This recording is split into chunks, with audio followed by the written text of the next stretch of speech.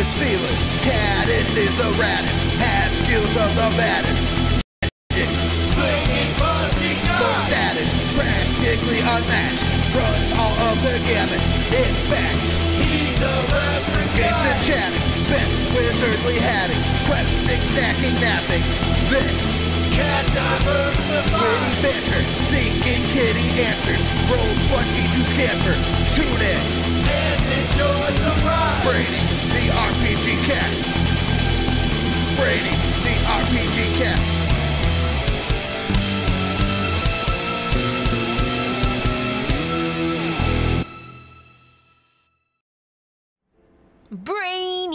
Brainy the cat. Brainy the RPG cat. It's a kitty cat.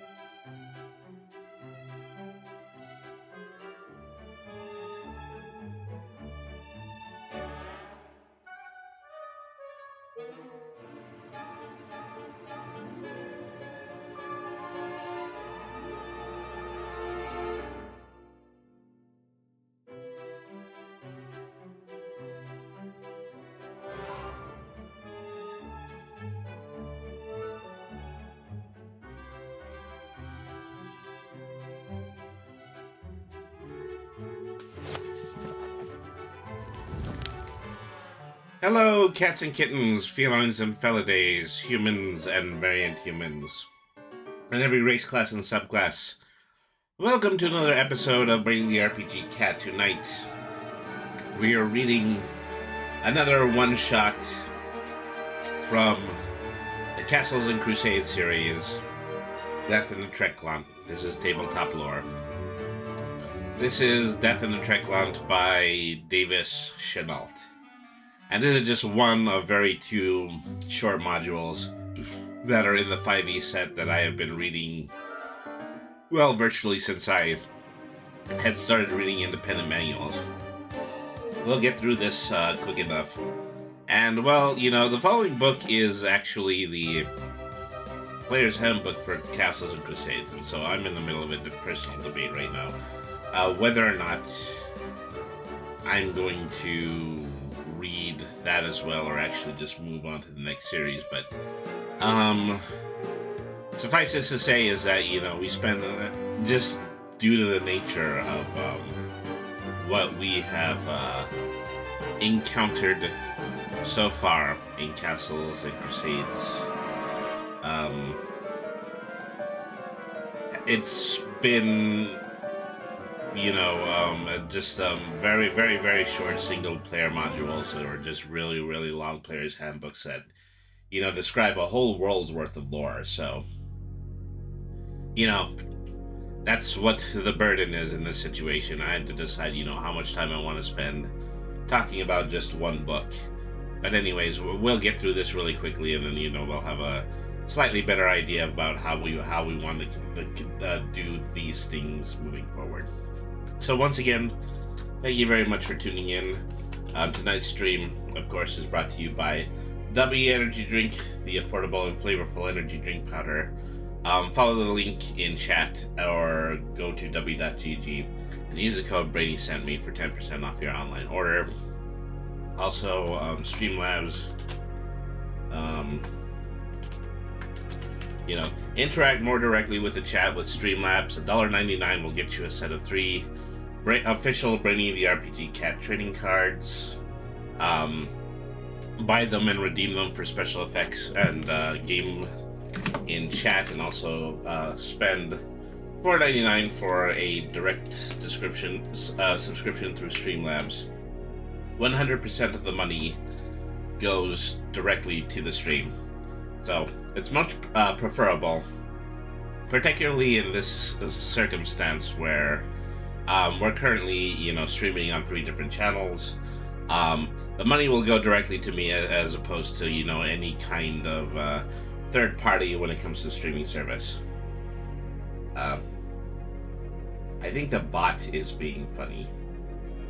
It might be. No, well, it's actually, I think I just typed a lowercase L instead of the exclamation point.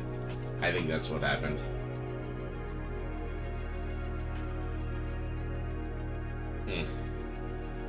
Or not. Let's see. Okay, well, we'll work on the fix as we go along here. All right, so let's go ahead and let's get started. Reading with this entry of Castles and Crusades, Death in Treklant. All right. So, Death in the Treklant by Davis Chenault, editor Tim Burns and Mark Sandy, front cover by Jason Walton, interior art by Jason Walton, Peter Bradley, art direction and photography by Peter Bradley, and layout by Elizabeth Snyder. Published by Troller Games, Little Rock, Arkansas. Want to know more about Castle Crusades? There's a large online community of gamers who post homebrew rules, adventure discussion, and incoming players digest the game and its potential. Please visit our online forums at the web address mentioned above and get involved. All are welcome. Copyright 2015. All right. See if you can try the link again, Devin. All right. So, where was I? Oh, yes. Vakund. Greetings, my friends. There are no introductions necessary here, for I know well who you are, my intrepid adventurer. A weary traveler indeed. Have a seat at my fine fellow. Let me speak with you a moment before you enter the bleak Gaffin Wall and traverse its winding ponds and muddy byways. But first I must ask, have you come here seeking quick glory and easy wealth? Perhaps you have come here to beat down the lords of this land and submit them to your will. Do the deadly paths and glistening edges of the world's revenge frighten you, my friend? What was that? Regardless, I fear you have gone behind your fear here in the Inze. This place has never easy roads nor abundant wealth. The lords of this land are powerful and care not for the lives of the foolish and the weak. Here in Israel, simple mistakes may be your unmasking and doom. Unmaking and doom, not unmasking. For beyond yonder door is a fearful world clinging desperately to his life. Inze's denizens struggle against the vast array of malignant forces, seeking to drag them deeper into the pits of the Maelstrom. And even here in this backwater region called the Rainther, you will find no respite from the meaningless, overwhelming struggle. So it will do you well to remember that this is a deadly world. Unless you take care, you will be engulfed in its dying spasms. The module is designed to be read only by the Castle Keeper. Also, we've already established Castle Keeper takes the place of Dungeon Master in these modules. With the sections and box text to be read aloud to the players at the appropriate time, a general map of the region should be made available to the players, while the map of Valkund and Junad are for the Castle Keeper only. This adventure challenges players, tactically requires a party capable of combat, stealth, cunning, and cohesive implementation strategies and tactics. 4 to 6 characters of levels 1 and 2, with at least 2 fighter types and 1 cleric. Several portions of the adventure involve overland travel, and in these areas a ranger or character with wilderness skills will increase the party's chances of survival. The characters begin the adventure in a forested region called the Grafenwald, and a small town named Frisia. It is located close to the southern border of the barony of Halfving. The barony borders a goblin kingdom to the south called the Drexseed. The characters are traveling with some traders who are bringing goods for trade with the neighboring goblins. A wealthy merchant and his daughter are traveling within the caravan after leaving Frisia with the characters. The caravan stops for several days at a border post called the Valkund. Here the characters are told to wait while the traders go further south into the Drazkeed. Excuse me a second.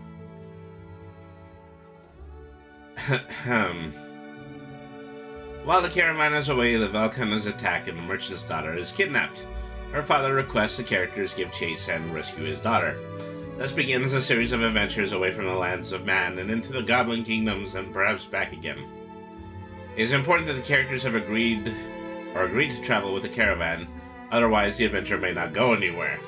The Castle Keeper is encouraged to develop individualized reasons for the characters to be accompanying, however often that provides difficult or time-consuming, so some advice is offered. 1, that the characters are hired to accompany the caravan as far as the Valkund, and thence to Jugginsboard and offer protection along the way. Payment is 1 SP per person.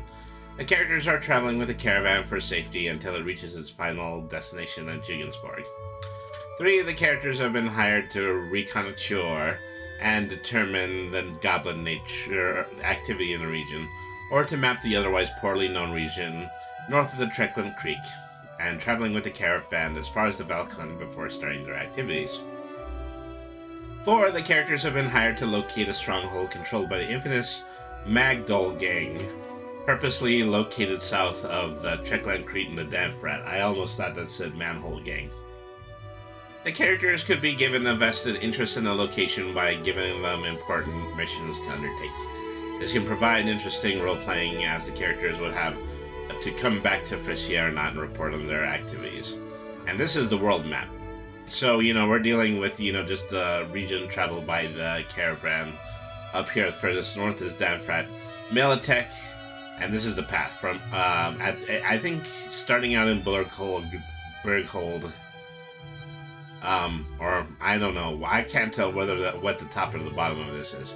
But here's Meltek, Valhand, Frisia, Hapfeg, Jugginsboard, and Berghold. and this is Intizai. Alright. So, Part 1, The Cozy Bed. Bear in mind, the adventure's beginning should be mundane. Nothing exciting is supposed to happen at all while in Frisia or with the caravan, but rather at Valkund. The caravan is traveling to a town named Juggensport, though it is taking a long path in order to conduct some trading with goblins south of Helpvig, and has stopped in Frisia. This is where the characters get to familiarize with one another, their surroundings, and various people in the adventures. The adventure begins in the town of Frisia, a small farming and timber community of no more than 500 inhabitants in the barony of Helpvig. Frisia lies in the northern prophecy of the Gaffenbold, 60 miles north of Valkund and 100 miles south of Helpvig. Surrounding the town is an earthen embankment topped with a wooden palisade and walkways. It overlooks a dry moat, which is in the process of being constructed. Frisia's buildings and houses are 1- and 2-story wood, or wattle and daub constructions with few stone ones, either shingled with wood or thatched with hay. Most buildings have simple wood cat chimneys, while the homes of the wealthier inhabitants have rock chimneys. I have no idea what they are actually referring to when they're talking about wood cat chimneys. Frisia is the last human village on the road south of the Goblin Kingdom. There's a fairly regular trade between the goblins of the south and the barony of Helpvig. Goblin traders come to Frisia for trade, while the human traders go as far as Mechitek, 120 miles south of Frisia, and no further. This trade has brought some wealth to the community, but mostly to the merchants who ply their trade here. Other than farmers and woodsmen, there are 4 places in Frisia of interest to the characters: the Keep, the Beer Killer, Merkel's, and the Crow, all described below. The economy of Frisia is run almost entirely on barter. Someone bakes some bread and trades it for firewood, or perhaps someone trades firewood for some cheese. Money has come to Frisia by way of traveling merchants and traders who purchase rare woods, or others passing through the Merkitek in search of food, shelter, or other such items. Captain Frigger and his retinue administer the town.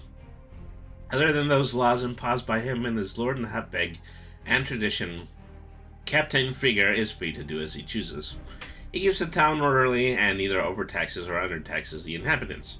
In times of need, Captain Frigger can call upon a small militia to do his bidding.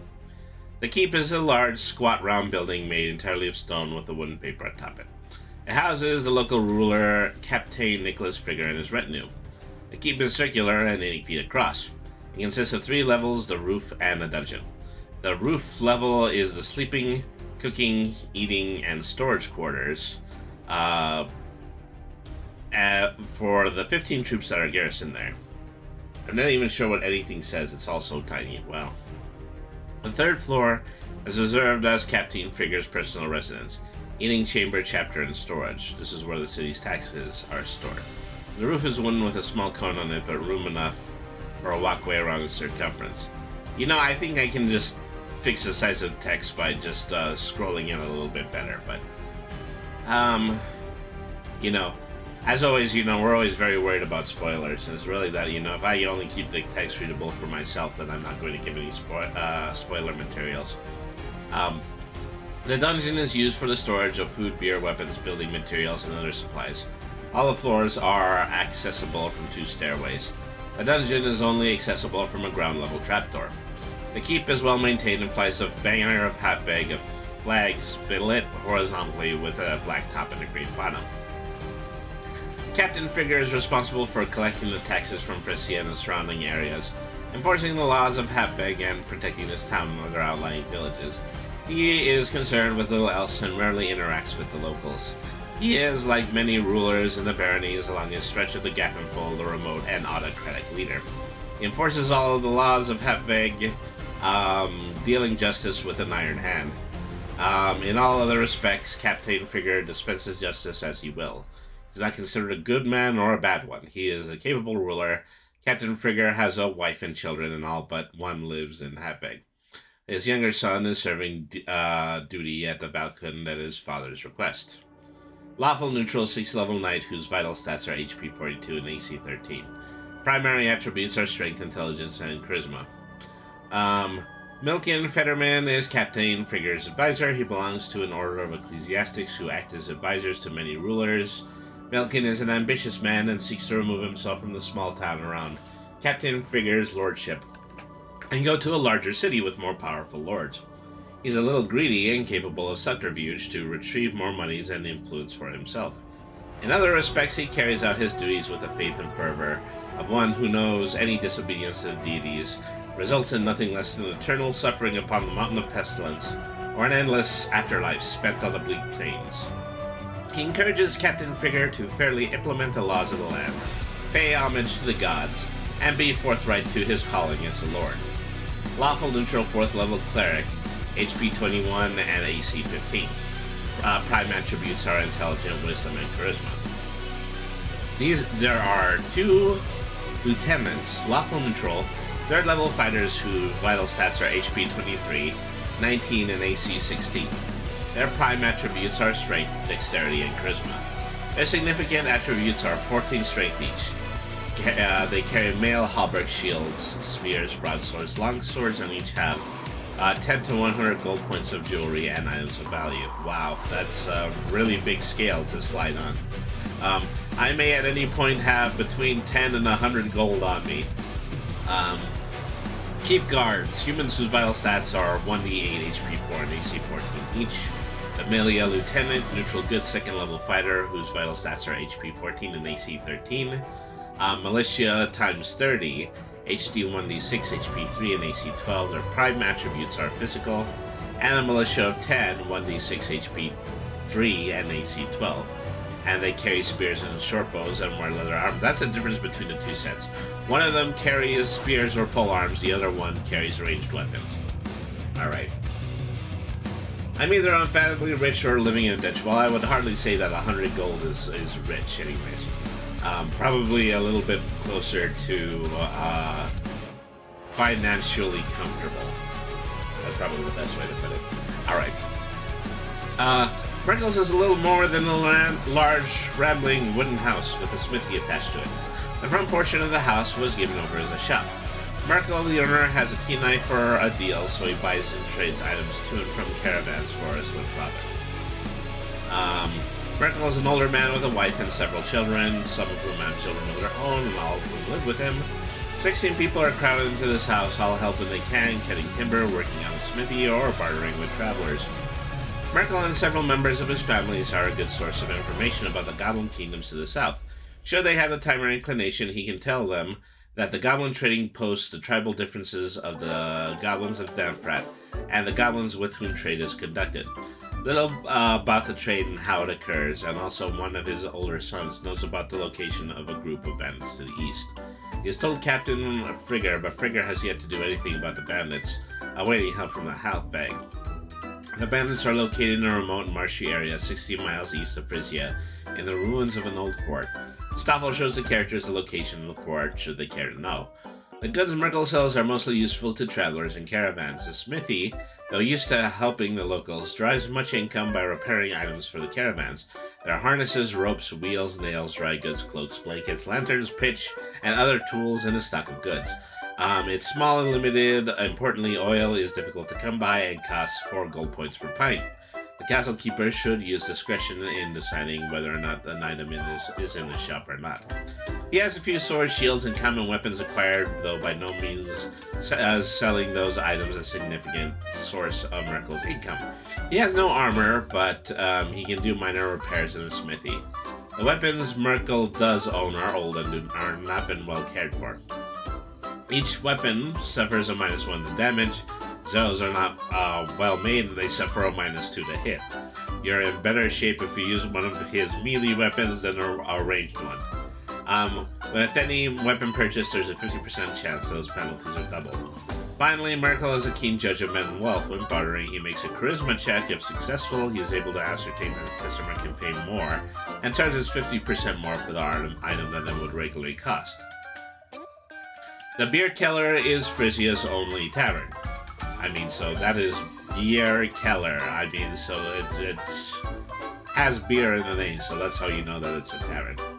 It is a large wooden building with 2 floors and a slate roof. The lower floor is broad and deep, with the common room stretching from one end to the other. Having gained a little wealth from the traveling through Frisia to Mektajek, Rodenhard Tenahor, the owner, adorned the common room with 2 stone fireplaces, a stone floor, and even plastered on the walls. The common room is crowded with tables. The rear of the lower floor is given over to a kitchen and storage. The upper floor is half the size of the lower floor, has 4 rooms and a large common room, all but one of which are rented to travelers. Ronard, whose entire family died of a plague, has, depending on the number of customers, 2 to 4 people from Frisia helping him cook and serve food. Many of his inhabitants come here as a daily basis to have beer. They often trade foodstuffs, blankets, and other items for the courtesy. The busiest time is after the sun sets and everyone is finished working.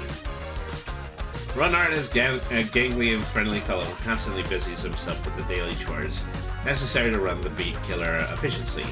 He spares a little time for small talk, though, but takes an active dislike to rumor mongers, braggarts, and the like. A lifetime of keeping bar in this region, serving the militia, and travels to Mekajek, Hepbeg, and other places has garnered Ronard an encyclopedic knowledge of the area, though he rarely parts with this information unless it is to his benefit.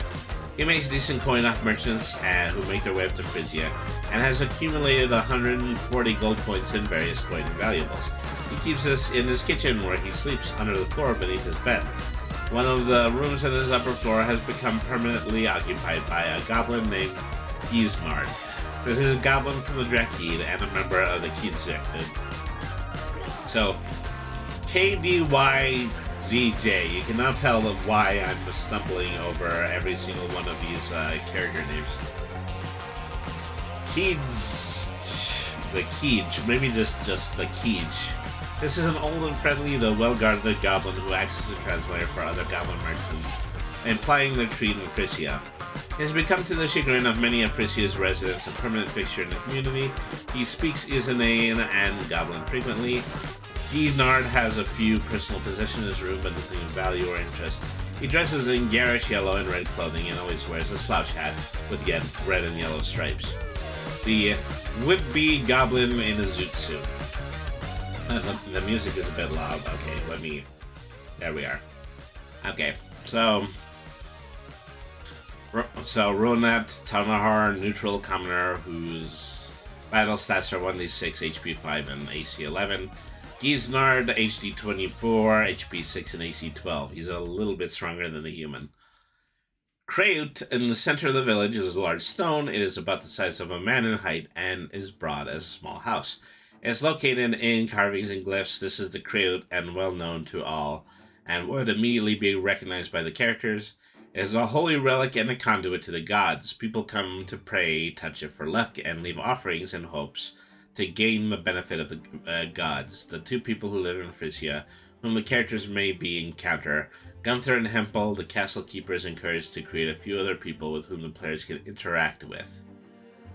Castles, so that's actually the subtitle, and I believe the page number as well.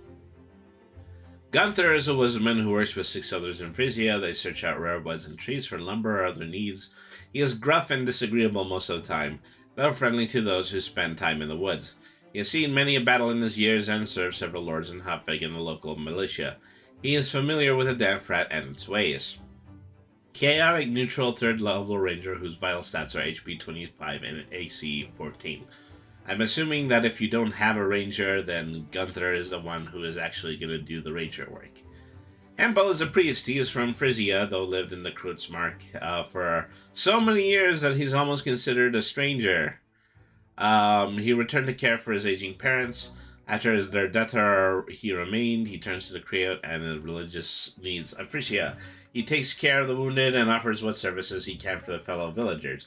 He does not volunteer nor desire to travel far away from Frisia for any reason. Chaotic god, human 4th level cleric. Probably the same purpose as Gunther. The last warm meal. The day begins with a blistering cold Wister's morning in the common room of the beer killer. Though the castle keeper should not feel constrained by this, it may want to begin the adventure a few days earlier to allow the characters to become familiar with Frisia and several of its inhabitants. In any respect, the morning caravan leaves begins as such. A chilly early morning mist rises off of sodden fields, stretching away from the wooden palisade and earthen embankment that wraps tightly around a cluster of small clapboard houses, rambling barns and squat stone buildings. This is Frisia. The bellowing of cattle mixes with the dull clang of metal bells, awakening any who might be sleeping past the sunrise. Many tendrils of smoke rise from Frisia's many chimneys, then, lingering momentarily above graying rooftops, disappear into the massive dark green firs, ringing the bells and crowding the horizon. The clanging of bells is interrupted by the braying of some oxen. They have been tacked too early to a harness. Once the characters have awoken and come down to the common room. The hall of the beer cellar is cold. The morning sun barely shines through the open door, and Ronart, the gangly tavern keeper, has just started a fire in one of the tavern's two fireplaces. Outside, the noise of the drovers barking orders as they load their wagons is periodically drowned out by the braying of steers protecting their job. At the far end of the hall, wrapped in a thick sheepskin cloak, sits an old wrinkled goblin with a yellow cloak, red pants, and a yellow and red striped slouch hat. He is balanced precariously on a tall stool and hurriedly eats out of a steaming bowl. Ronard spends little time to talk with the newcomers as he's busy preparing for the day, gathering wood, starting fires, cooking meals, and cleaning. It is not unknown to quit a conversation in mid-sentence should his work need to be done. He has valuable information he is willing to impart this morning, and mostly bemoans the arrival of another cold winter. Winter is coming. This is really going to wreak havoc on the firewood. Ronart offers that the kids goblins of the Draxbleeds are friendly enough, and Magic Tech is a fine place for goblins and their kin. He might be also warn the characters that the Zerd goblins of the Damfrat are notoriously violent, although thought often too lazy to actually fight should the characters inquire. The goblin speaks to characters obsequiously, trying not to offend anyone. He knows much about the Draxeed and trade in the south, and clearly indicates that travel south of the Treklant Creek and to Magic Tech is very dangerous, as there are groups of marauding bandits and horrible monsters, about as well as his cousins, the Jared. He also imitates that his kin at Magitex might feel threatened by a well-armed group of travelers arriving at their doorstep. I'm pretty sure it's Magitech now. Magitech. You know, I gotta bring it up. Magitech, just like that. While the characters gather in the common room, Meister Rothenheimer and Ivana appear. From the dark hallway emerge two stunningly dressed people, nobles or merchants by their clothing. Here, there is a tall man, hefty yet handsome, with a graying mustache flowing over his mouth and down his cheeks. He smiles broadly with gleeful eyes as he enters the common room. He laughs quietly as he places a hand on the shoulder of a young maiden with rivers of blonde hair cascading down her shoulders. She is a lean, even a thin figure, moving gracefully through weighted down by a thick ermine-lined cloak. She laughs demurely and glances backward at the two drovers struggling up the hallway, each managing to elaborately decorated large wooden trunks. The trunks are regrettably not part of the ensemble. Meister Rothenheimer and Ivana are gracious and in good spirits. While the Meister oversees the loading of his baggage, Ivana waits inside. Both have a meal before leaving. The Meister is more than willing to converse with anyone. Ivana, however, is very reserved about speaking with anyone without her father at her side.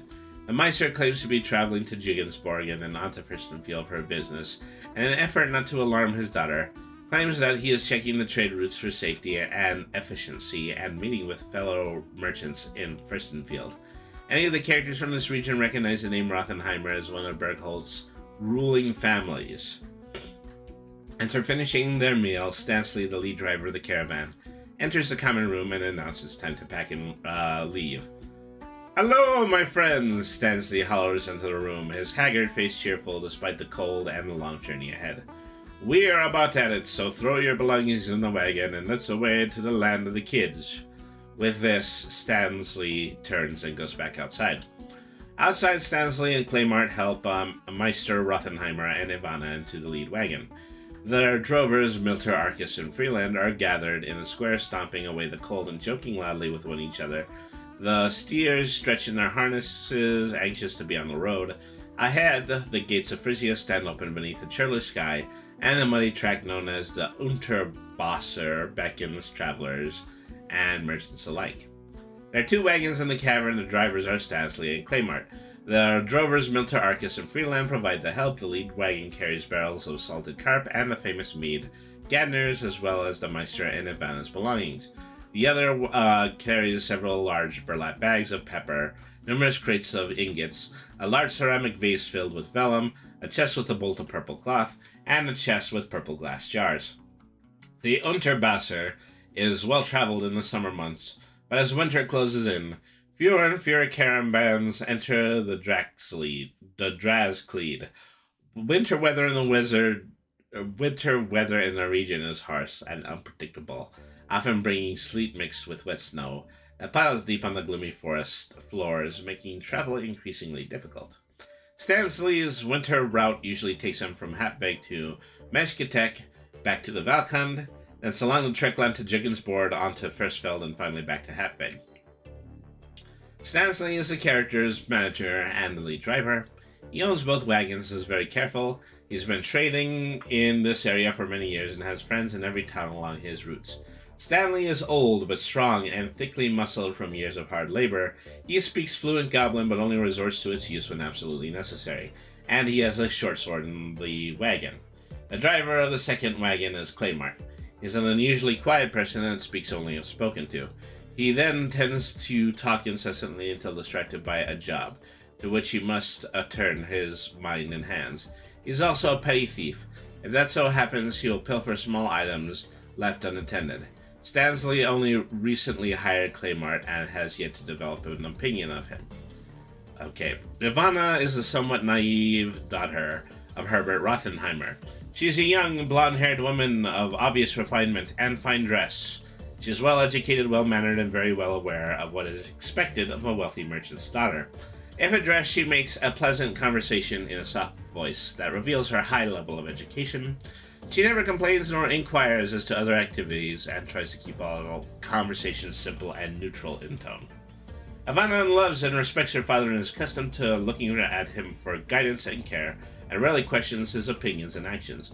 However, if left unattended, she wonders aloud where her father is going, and why they left Berghold in such unusual circumstances. Ivana is at an impressionable stage in her life, and is easily influenced by anyone that takes her into his or her confidence. She speaks Islesden, Lacrotian, Orwellian, and Totovan fluently. Meister Herbert Rothenheimer is a nephew of the head of the Rothenheimer family. This is an influential and powerful merchant clan, one of the lesser of the elven families that rule Berghold. The Meister is a gregarious person who enjoys telling tales of Berghold's docks and its patrons. He attempts to make friends wherever he goes and willingly drops gold coin if necessary.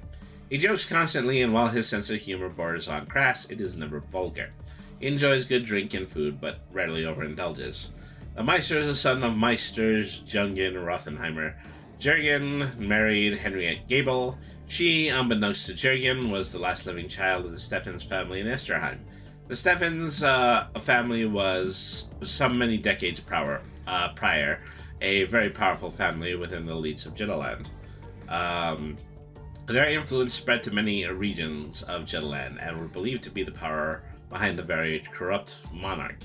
Despotic, vengeful, greedy, and avaricious are all adjectives that would readily suit a description of that family.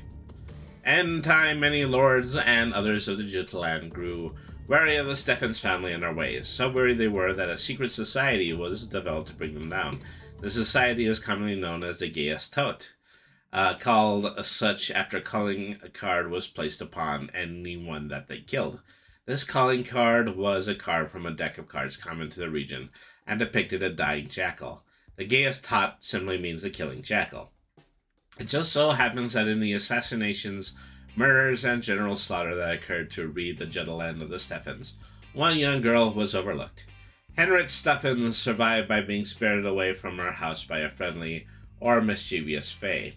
He took her to Bergholt with much gold, brought her a house, renamed her Henriette Gabel, and proceeded to lay the groundwork for her ascension to power. The plan of the fae worked well. Henriette grew up well-attended, well-educated, and wealthy. So wealthy that the Rothenheimer family decided she should be married to her clan. A marriage was arranged and Jürgen became Henrietta's husband. She bore one child to Jürgen, Herbert. The Fae, having done what it needed to do, promptly disappeared. Shortly afterward, Henrietta died, but not before revealing her true identity to Jürgen. Many years later, when Jürgen was old and Herbert a strapping youth, Jürgen told Herbert about his maternal lineage. Herbert, sensing an opportunity to make money, began to inquire about the Stevens family, their properties, and any potential rights he might have over them.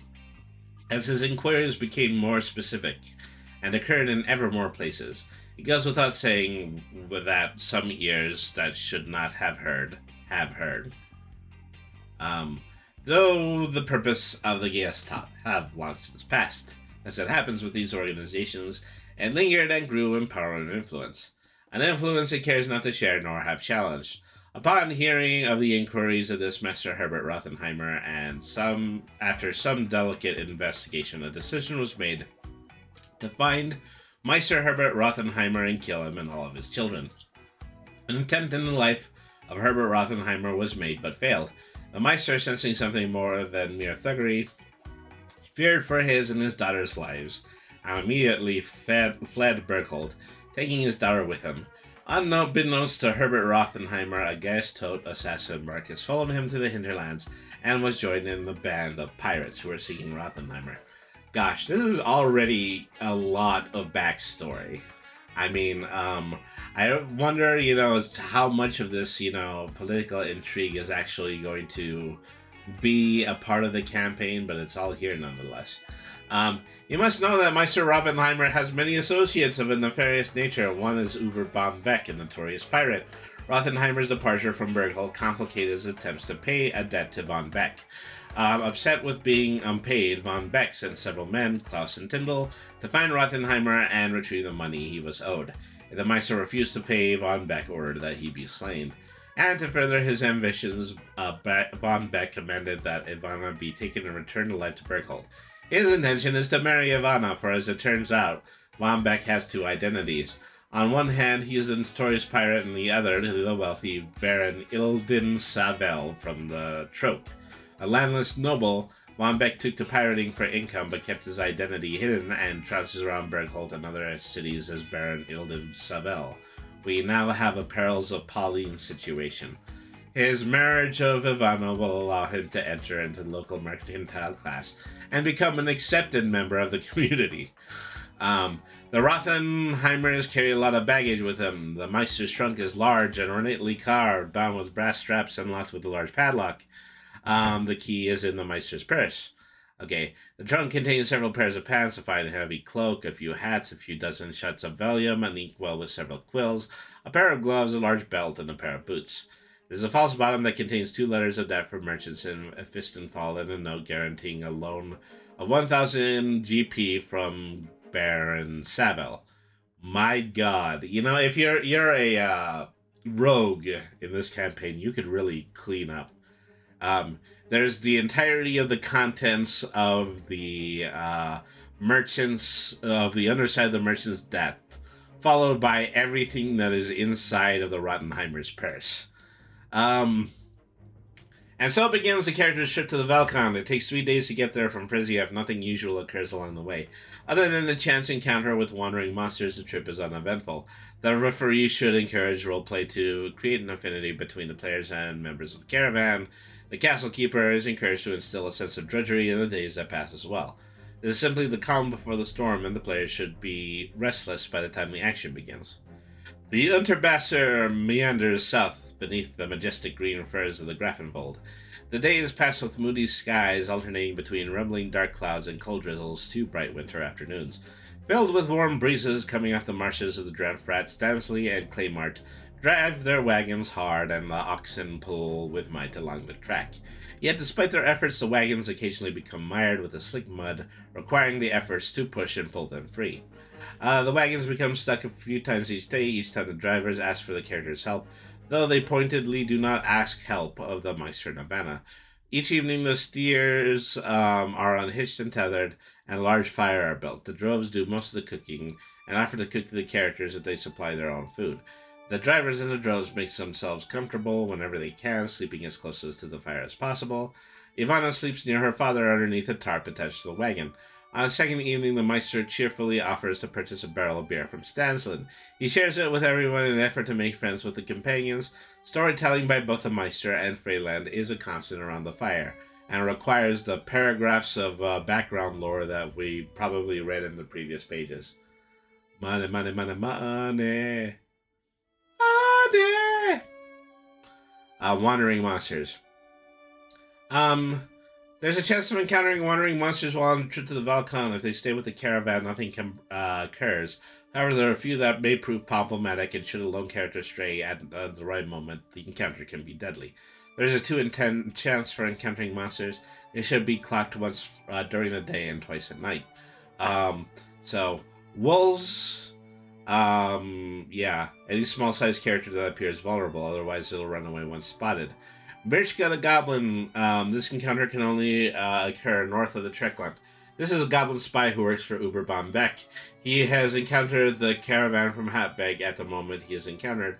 Birchka has decided to race ahead to Junad and inform his companions of the caravan's location and what he believes is its likely destination. Note to the authors of this module, a Z is not a verb. I'm just saying. If encountered and captured, he reveals little and lies as much as possible to conceal his true identity. Okay. The owls are only active at night. The hooting are strange and otherworldly. Any character not familiar with the local wildlife must make a wisdom check or mistake the sound for the groaning and screaming of humans.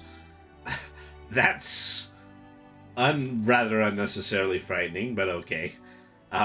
Coyotes are only active at night. A large pack of coyotes gathers around the camp hoping to find easy prey. Within a few minutes, one will howl, and nearly 15 coyotes will show up yipping and howling. The Zwetter roar. Cats active day and night. They are massive saber-toothed tigers with mottled black and gray hides. They stand 4 feet at the shoulder and range up to 6 feet in length. This immature male has decided to make a meal of one of the people in the caravan if possible. The deer and the Urfin, active day and night. A small herd deer moves through the area. Any character that successfully moves up silently to the deer notices that there is a man walking with the herd. A successful intelligence check reveals the true nature of the man. Okay, I'm not going to elaborate any further than that. Okay, wargs. Wargs are active day and night. The lone warg seeks easy prey. It follows the group for some time until a straggler or someone becomes an easy target. A Corso Woodsman. This encounter can occur only north of the Trekland Creek. This is the body of a recently killed woodsman. The wounds are punctures and obviously not from animals. And then deer, common woodland deer, encounter day or night, run if disturbed. You know, the ones that are running wild as opposed to being herded. A bear encounter can happen at any time. Common woodland elk will run if disturbed. Goblin camps. There are 6 to 13 goblins on a raid. There are Zerd goblins from the Damfrat. They enter into battle naked, excepting for some feathers tied to their hairy heads and gold earrings or nose plugs. They all carry a lot of arrows and try to use them with great effect before entering into combat. Before a perilous journey, the Valken rests ponderously in a very lonely wide pasture. It is a squat tower constructed half of stone and half of wood, no taller than the great fir trees hemming in the glade. Nearby, an aged but sturdy bridge crosses the Trekland Creek. All about the land is trampled and muddy from the recent rains. Stumps and trees and the refuse from hundreds of merchant camps clutter the pasture. Fire rings, piles of chopped and half-burnt wood, tethering posts, broken and busted barrels, shreds of cloth, and other debris mark where the Unterbasser begins its treacherous journey into the Draskleed. You know, it's amazing that, we have such an eloquently named merchant cart with us. The tower is the only structure in the vicinity. The ground level walls, constructed of stone, bear no windows. A thick wooden door set in the center of the east wall, and bound with iron straps, provides the only entrance. The upper level is faced with stout wood, and has an arrow slot cut in each wall. An overhanging wooden battlement tops the tower, where a guard stands solidly beneath the unfurled black and green banner of Hatbeg. A sign between the tower and the bridge lists the cost of those wishing to travel. By order of the Master Primoger of Halfling, a man afoot pays 1 copper, a man with a full load pays 2 copper, a cart pulled by a man pays 2 silver, a cart with an animal pays 6 gold, and a wagon is 10 silver. About 50 feet to the east of the tower is a large tree with a bench and a table beneath it. When not in the tower or attending other business, this is usually where everyone spends their time. There are 5 militiamen stationed at the Balkan, including the leader, Captain Straggler. They remain at the tower at all times except hunting or when accompanying merchants to Mejketek. Captain Stiegler is the haggard military leader at Valkand. The old and graying Stiegler is a striking and powerfully built warrior. After serving for many years with the armies of the past, Stiegler finds his current assignment on this desolate border post boring. As a result, he is resorted to excessive drink in order to pass the time. He welcomes everyone to the Valkand in a stern way and is unyielding on taxes. If slightly insulted, then he will lash out violently and is not unwilling to put anyone in irons for a few days. Gottfried von Frisia is a young militiaman who is very excited about his posting at Valkand. Poorly educated, Gottfried's speech is simple but colorful. He is a loyal friend to Karl. Karl is another militiaman from Frisia assigned to the Valkand. Karl is the youngest son of Captain Frigger and is very aware of the duties required by his position. He is friendly and honorable, bearing though somewhat aloof. His loyalty to Gottfried is matched only by his loyalty to his family. In combat, he is steadfast. Only under the greatest duress will he or Gottfried leave the protection of the tower.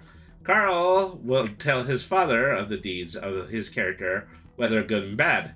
This will gain Captain Frigger's undying attitude or enmity depending on how they act.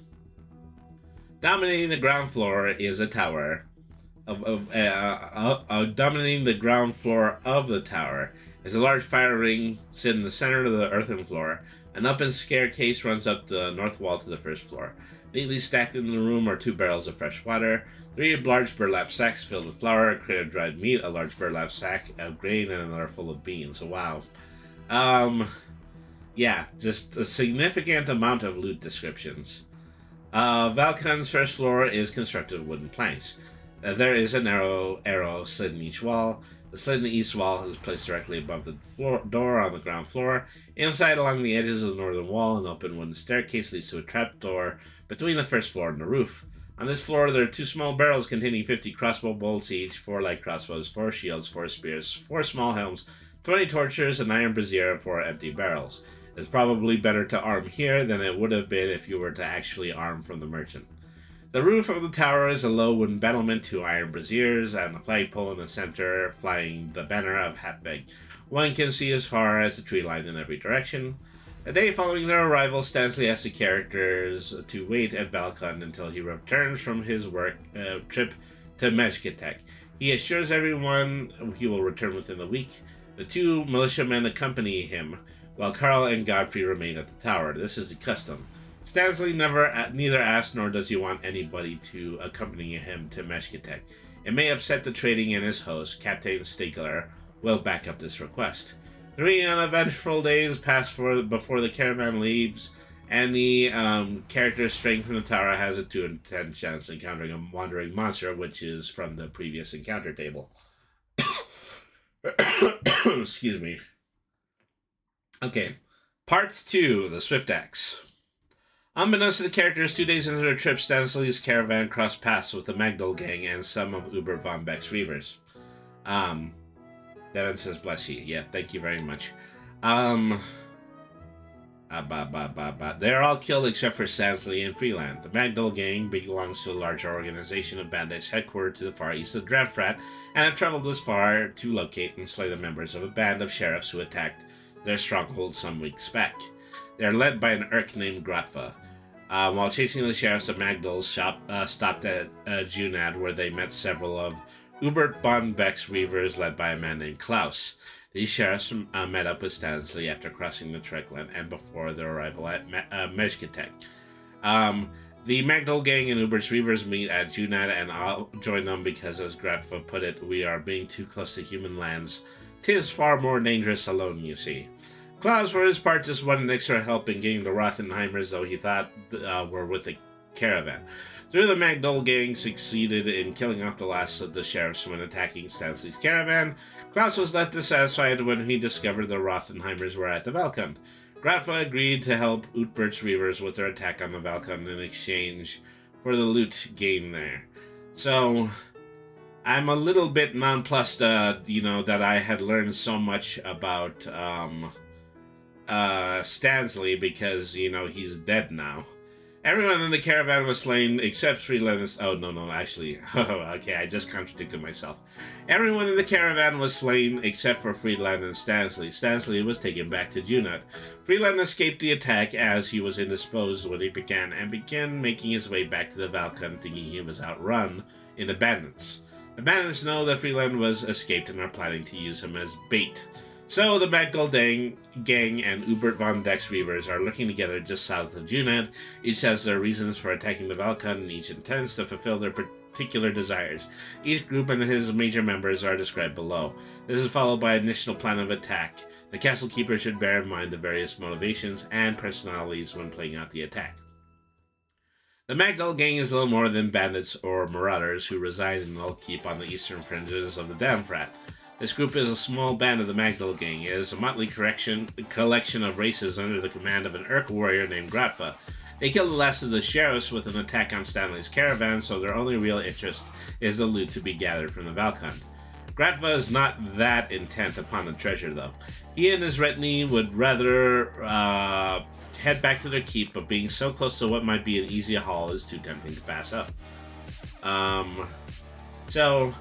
I am going to make an assumption that Urk is being used here instead of Orc. So Ukber von Beck's Reavers. Klaus, von Beck's right-hand man, and Bergholt lead several of the pirates on this venture. Klaus and his friend Tyndall are both familiar, though uncomfortable with this area, as von Beck occasionally works with the Magdal gang on raids near the coast or trades with them.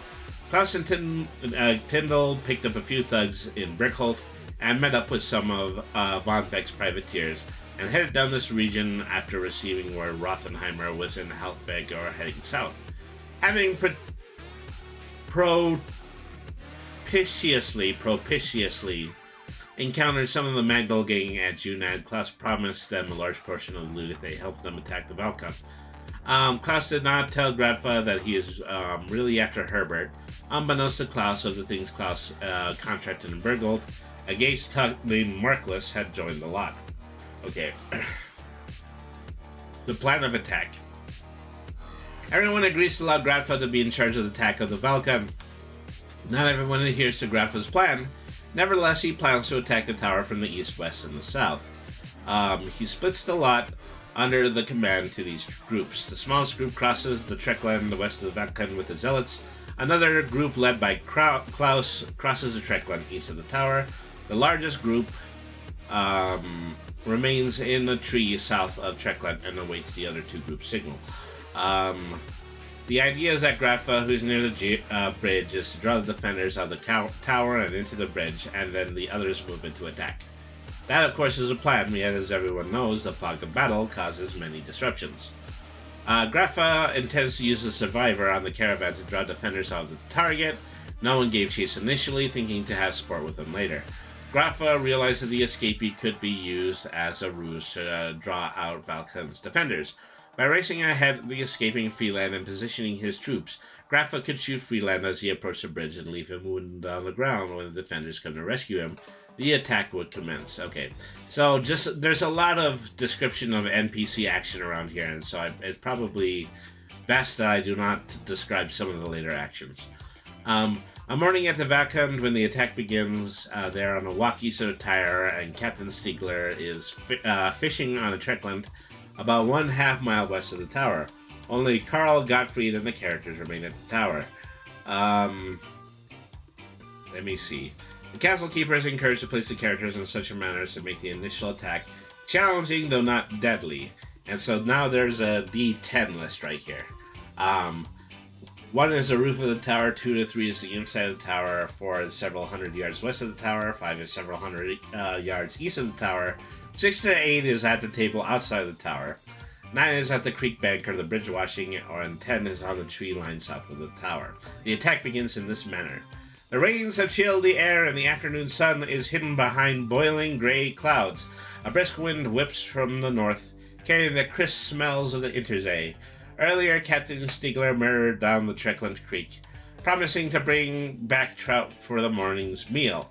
The Master Rothenheimer in an ochre cape and Ivana, brilliant in a white ermine overcoat, just disappeared behind the trees at a passer's edge at a morning walk up the creek.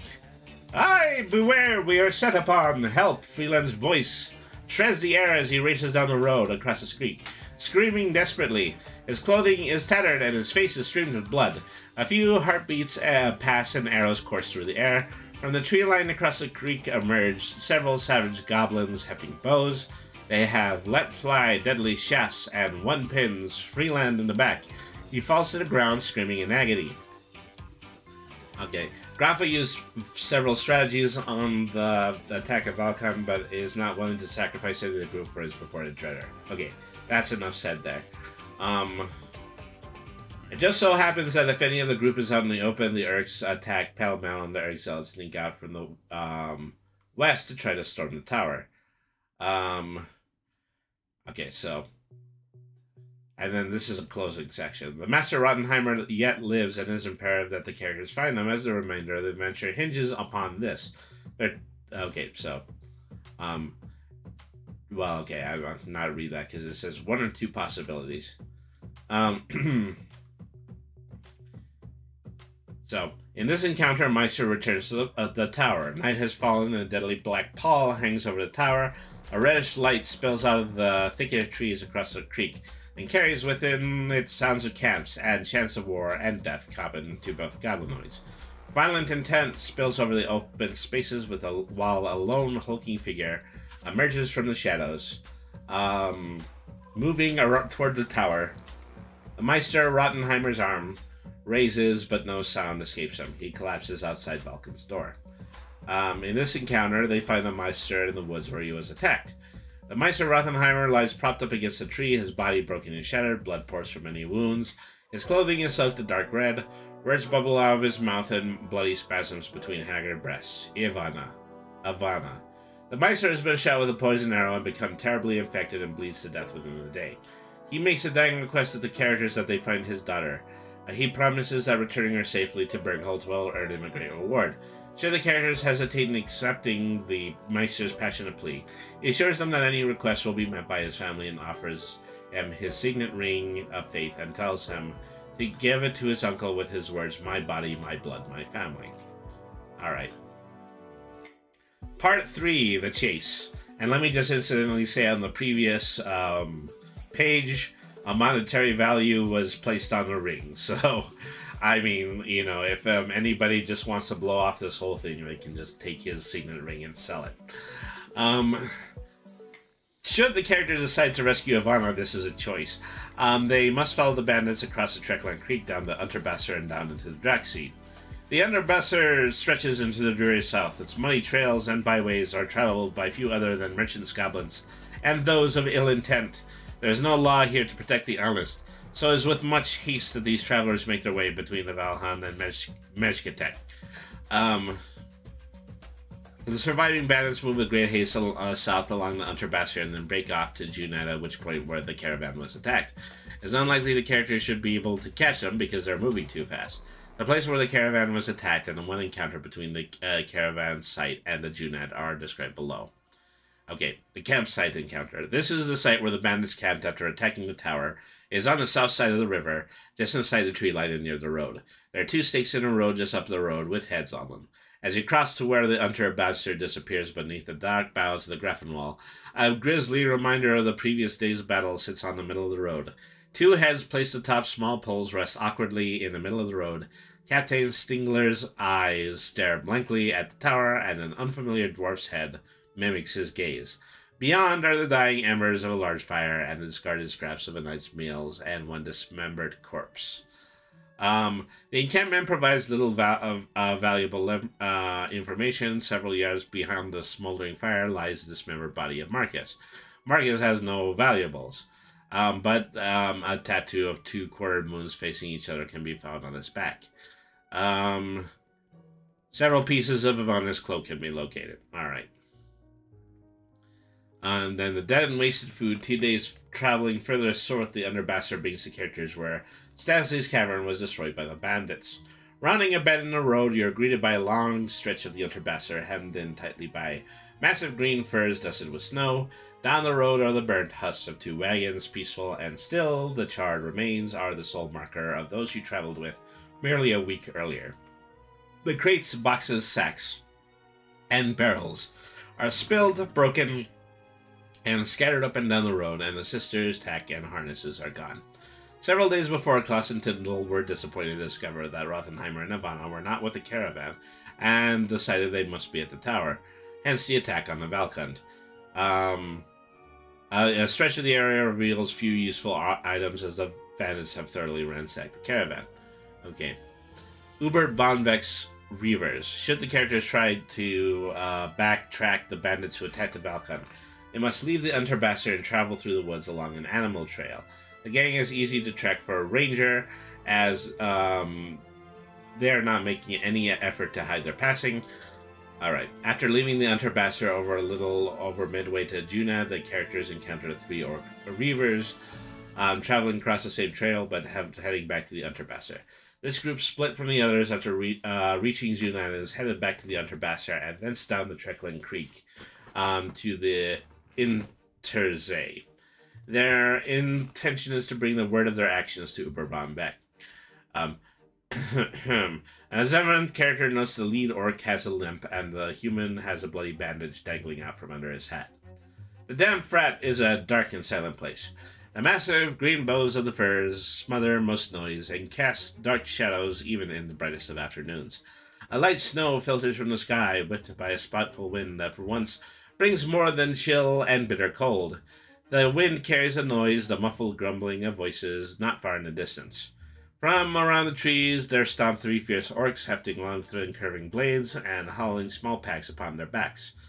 Their dress is unusual outside of the bays and the ports of the Interzee, as they wear padded armors of bright colors and hats of colorful hue. With them is a lone human, attired in similar fashion, but with a great hooked polearm in tow, and behind the lot is a very tall orc, growling at the others and carrying a spear in one hand and a shield in the other. If confronted by obviously superior foes, the Reavers offer no resistance and ask for mercy, and even offer their money for safe passage. If interrogated, they might impart valuable information to the party. Alright. So, magic attack, should the characters ignore all of this from the previous few pages and continue to travel a road, they come to magic attack. Deep in the wilderness behind the Treklant Creek lies the famed Goblin Trading Post. This is the northernmost outpost of the Kidge. They are the goblins of the kingdoms of the Drasgleed and rule over the lands as they name Unksjar. Merchants from the far ends of the Interzee come here and trade in all manner of goods, the most prized of which, and for the Kidge, are famous for the small mechanical contraptions used for keeping time. These guys have a watch fetish. Meshkatek is 60 miles south of Valkund, about 2 days' walk from where the caravan was attacked. Movement is slow due to the sodden track and slick, viscous mud. Use a random encounter chart. Again, there's no duplication of encounters, and Meshka should be excluded. As you top or rise in a road, a valley expands before you. It is broad and shallow, with the Underbasser twisting down its middle. The valley is bare except for one structure and hemmed in by dark green firs on all sides. In the center of the marshy expanse is an almost round building with a conical roof. Smoke lazily billows out of its center and roofs off in the skyline. Muddy tracks cover it all, and around piles of debris are scattered here and yon. Atop the roof is a small banner with 2 curved blades in black, crossed over and on a white background. There is a small woodshed attached to the rear of the building. In the front of the building are 3 green-skinned goblins, dressed in thick furs and hefting long spears. Okay, Meshkatek is a trading and guard post used by the Kidge. No one is allowed further south of Meshkatek without the goblins' permission or a fight. The goblins here are guarded but not entirely unfriendly. Much trade takes place between these goblins and the humans of the north. They receive grains, beers, metal, worked items, In exchange, they sell clocks, gems, iron ingots, and other material. The goblins are a mixture of warriors, merchants, and servants. Each one has their own place within the hierarchy, but overall leadership belongs to an old grizzled goblin named Treklant. He is keenly intelligent, capable of speaking incident in his own tongue, enjoys barter, and can read a human face like an open book. The remainder are discussed below as warrants. Okay, so you know, just stat list for every single one of the goblin encounters here. The inside of the structure is not subdivided. All of the goblins live, sleep, eat, cook, and undertake all other activities together in this one room. It is crowded, filthy, noisy wreck in here at all times. A huge stone-lined fire pit takes up the center of the room. The floor is bared but covered in hay, old blankets, and a mess of other things like blankets and rugs. There are long benches around the fire pit and pushed up against the wall. At the southeast end of the room is a large wooden chair draped in loose red sucking cloth and framed by 2 braziers. Crates, barrels, blocks, and other assorted storage devices lie akimbo about the place. A dozen kettle drums sit on the floor to the west of the fire pit. Okay, so character interaction follows there. The characters may be invited to the goblins' nightly feasting. This is a raucous affair where they drink copious amounts of grog, chant charms, play the drums, and cook mushrooms. The mushrooms are hallucinogenic and incapacitate any who eat them for 4 to 32 hours. Well, that's good. I don't need to make the joke myself. Okay, the Mammoth Tusk. The characters take advice of the cheer tag and travel north and east along a small trail. They come upon a kid's holy spot. A giant mammoth died here many years ago, and all passing kids stop to pay their condolences to the great mammoth Chachkuk. They are trails headed east to the south from the spot. Traveling south takes the characters deeper into the lands of the kids where they're not welcome. So this kind of denotes a side quest. Is that, you know, you decide to spend the afternoon partying with the friendly trade goblins. They will tell you about their holy site. And this is what happens there. The Unterbasser rises and falls with the hills in the region. Upon one such rise, all the trees have been cleared, and the debris common to the forest floor removed. To the side of the road, there lies a massive skeletal remains of a mammoth. It sits there as if keeping watch over the road and all those who pass. Its bleak and yellow bones are festooned with small colorful ribbons of silk and cloth all over the mammoth, other than the gleaming white tusks. This is where the great mammoth fell and died. Mammoths are revealed by the kids and are used to pack animals and war beasts, although this is very rare. To maintain the good graces of the Lord of Beasts, they pay homage to their dead. The little slivers of cloth all contain prayers for bringing the kids a new mammoth to serve them. Okay, Junad. It is important that when the characters arrive at Junad, the castle keeper decide whether to keep the adventure here or to continue upon the second part of the Death on the Treklant series, G-Bag. If the castle keeper is in mind to end there, if they decide to continue, the character should discover that Ivana has been taken to an old goblin stronghold deep in the Damfrat called G-Bag. So just one or the other way to get to the next section. One is just to continue to travel along the caravan path. The other is actually to be on the adventure to save Ivana.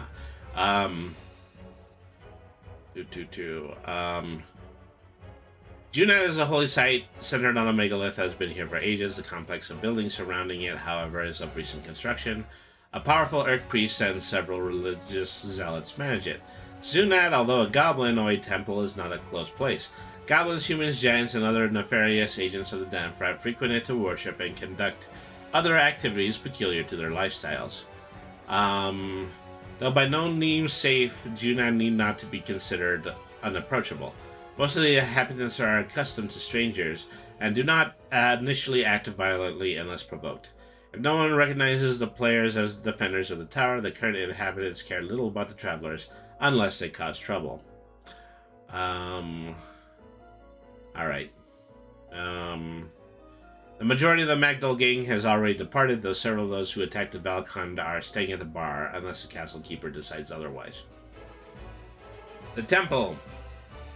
The trail ends at an open glade of vibrant green grass. In the center of the glade is a large round earthen mound built to a man's height and covered in thick flowing grass. Thrusting out of the embankment center is a massive red megalith topped by a slab of pink slate like a tosser atop an unturned cup. A rough-hewn ebony stone staircase rises up the mountain's side. That's one heck of a description.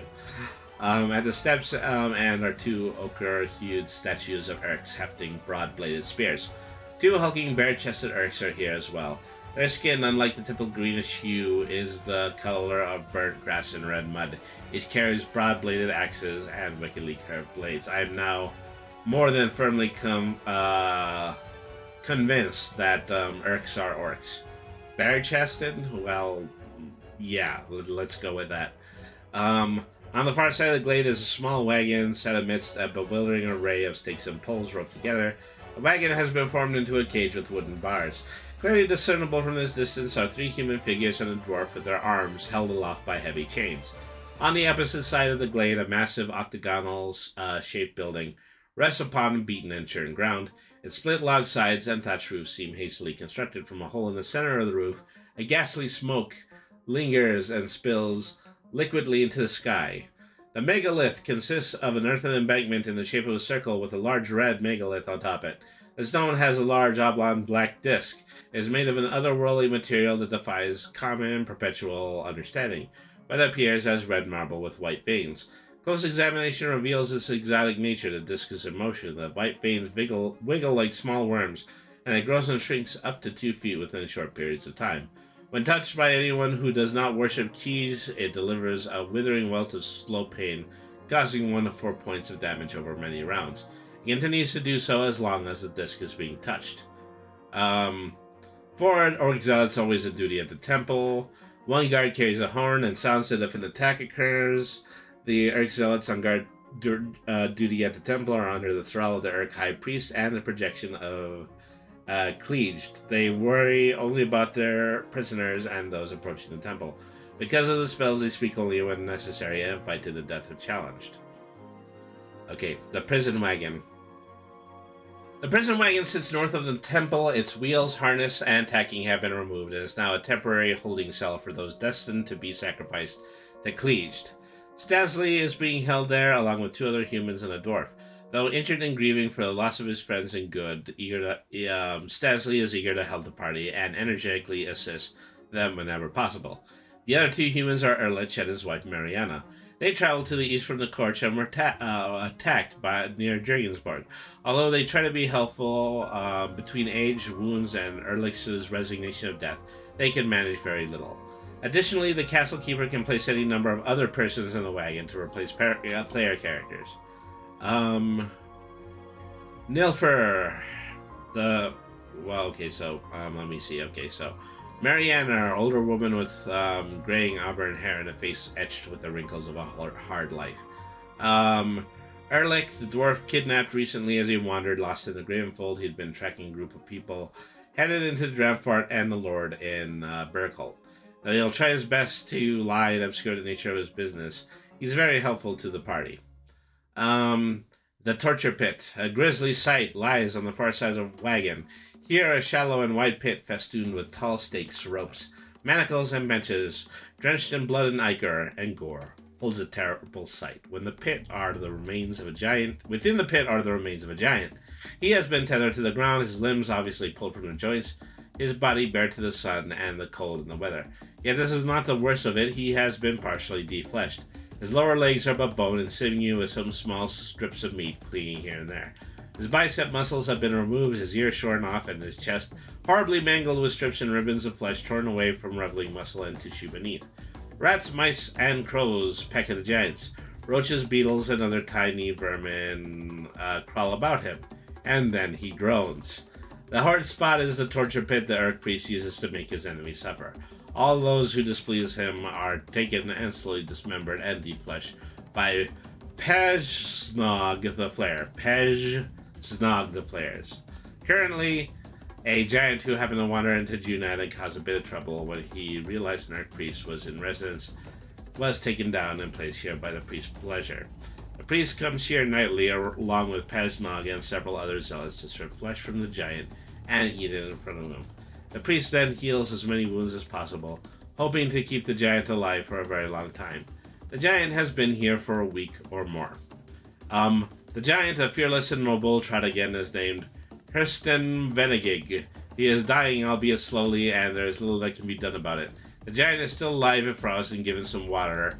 He'll come out of his stupor, though only for small bursts of time. He's willing to give his name so it can be passed on to his brothers in Kreutzmark, and the nature of his death at the hands of the Fall Urk priest from the lands far to the east. He asks the characters to take his life so that he suffers no more. The Preparation House, a split log octagonal structure, sits in a trampled clearing near the Red Column and Mound. It is a broad, low building with a thatched roof and no windows. Its large wooden door faces the temple and another faces away. The foul stench of decay and rot pervades the air around it. The ground in front of the complex is muddied with bits and pieces of broken bone, and slabs of flesh scattered haphazardly about while the mud bears a crimson hue. This is the Preparation House, the area where prisons are shredded in preparation for their priest needs. The complex consists of 3 rooms. The overseer, Pajnog, is inside going about his ghastly work. He pays little attention to those who enter the abode's first chamber, for this is not a sacred place, and many make their way into its confines. He only glances occasionally at any other intruders to make sure they're not interfering with his work. If disturbed, bothered, questioned, or distracted, he will go berserk and attack the party. The Flayer of the Dead and the Living, this great Urk, huge after years of working in preparation houses for the god Keys, loves to inflict pain on all those around him. He is blithely unaware of his surroundings the majority of the time, and his mind is blurred by the constant use of exotic herbal drugs and potions. Only when distracted from whatever business he is at, he does react. Then his anger rises, and he attempts to kill whoever pestered him. Area 1. Well, that's Area 1 of the first 3-room map that's below here. The door swings inward to a grisly sight as the horrid smell of the slaughterhouse engulfs you. A massive red wooden-stained table sits heavily in the center of a large triangular room. Upon it and the floor are piles of bones and heaps of rotting flesh. The fattened remains of innumerable creatures are piled about the room as if an orgy of butchery had occurred here. A gigantic cleaver and saw encrusted with blood hang on the wall on the right, while its brazier smolders to the left. At the apex of the triangle is an open space entry into the rooms that is lie beyond. A rustling can easily be heard as the shadows dance in the portal.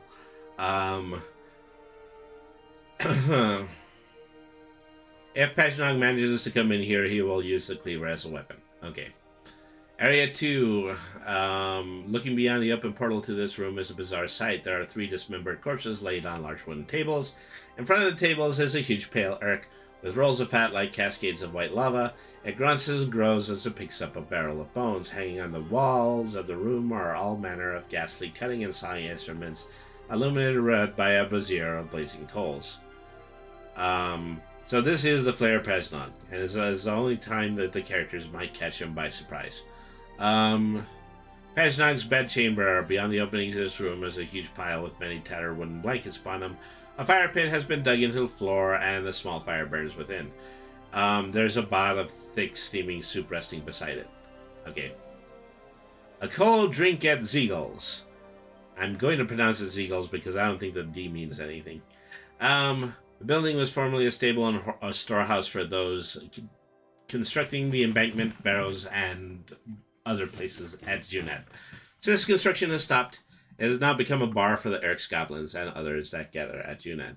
Although no one owns the establishment, Jeagle an Urk currently runs it. It has several large vats sitting outside the rear of the building in which he brews a foul-tasting, though stout brew. The trail leads to a large trampered clearing in which stands an expensive ramshackle structure. It has a thatched roof, split log, and bark siding, and a single mud chimney. They rest upon each other as if each was constructed independently and were simply dumped here for the convenience. In front of the building is a broad porch with a stone fire ring built in its center. Several chairs and tables are scattered upon the porch with mugs, plates, and the rubbish of a recent dinner upon them. The bitter rumbling and choked laughter of goblins echoes from within. In the mud left to the porch lies a single Urk. His fat, vicious head, I almost said viscous, rests upon his arms, and his bloodshot eyes look skyward. "Ooh, teeth," he says, and continues to peer upwards. This Urk is harmlessly drunk and offers little resistance if roughed up. Beyond the loose-hung doors is a large room with a plank floor rotting in many places. Darts of light shoot through many cracks in the ceiling, and a blue haze of pipe smoke lingers thickly in the air.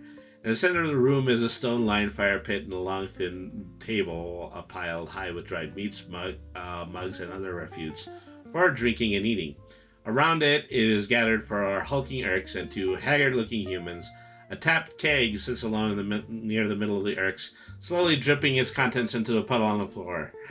Sitting at a low table perilously close to the door playing cards are four naked goblins playing cards. Only their feathers give them away as dessert. The room silences immediately, and one of the Urks stands as you enter. And I thought that the other goblin colony was partying hard, you know. If you are bedecked in nothing but feathers, and you nonetheless get yourself involved in a game of strip poker, then I am afraid that there is no hope for you. As soon as the goblins realize there's no danger, they return to the game, ignoring the party. The two Urks are not currently under the spell of the priest, though drunk they manage to fight if challenged. The two humans are part of the Magdol group but do not recognize the characters. The Urk rising from the seat is Ziegel, the bartender. To make sure the characters are legitimate customers, he walks around them in a threatening manner. Alright. This is a run-room structure. At the far end of the bar, piles of boxes, crates, and sacks. If investigated, several of the newer crates have the stamp of Helfig upon them. They contain apples, potatoes, crossbow bolts, and silk. These were stolen or illegitimately purchased from goblin merchants. You don't bother to find out, and neither did Ziegel, apparently. Or remains of Stanley's goods are in here as well. The far end of the bar is piled high with boxes, sacks, and racks of drying meat. The tangy smell of burning pine wisps through the thick firs ahead. A well-beaten path twists amongst the trees and leads to a small clearing with a large fire raging in its center. Several crimson-colored Urks stand near the fire. Wow, these guys are green, brown, and red. Their massive hands outstretched to the flames, and their great guffaws of laughter are breaking the silence. Surrounding the clearing are black canvas bedrolls tucked neatly in between and underneath the trees. A large grinding stone sits near the fire, and a stack of spears and assorted polearms rest nearby. RGB, red, green, brown. You know, not blue, because then they would make the perfect monitor coloration, but I don't know. Maybe if I introduce some alternate orcs, maybe that's precisely what I should do. The Zealots' camp consists of 18 sets of bedrolls. 5 Urks at the camp are asleep when the party arrives. 2 are at the fire. 1 is asleep. 1 is addressing a recently killed deer, and 1 is at his tent mending his armor. They are very aggressive and attempt to scare the players and resort to violence if necessary. Alright. So, the barrows of the dead. The dense branches of the fir trees open to reveal 2 large earthen mounds, starkly bare of any vegetation. The mounds are surrounded by muddy trails, pools of brackish water, shifts of wood, and broken tools. The pall of death lingers on them like an abysmal cloud. These barrows host the shaman and the first few children of Cleage that he has summoned. If Nard has not been warned either the bell, the glyph, or some other method, then he is located in the second area. Giant obsidian flames frame the entry to this mound. The narrow passage is beyond dark, moist, and cramped. From within its confines, a low-pitched, barely audible keening is heard. The entryway is just 3 feet wide and 6 feet high. The hall extends 20 feet, then swings open to a wooden door. Finding that the passage is cramped and combat modifiers should be adjusted accordingly. Okay, so this is the barrow, and these are the 6 sections that they're referring to.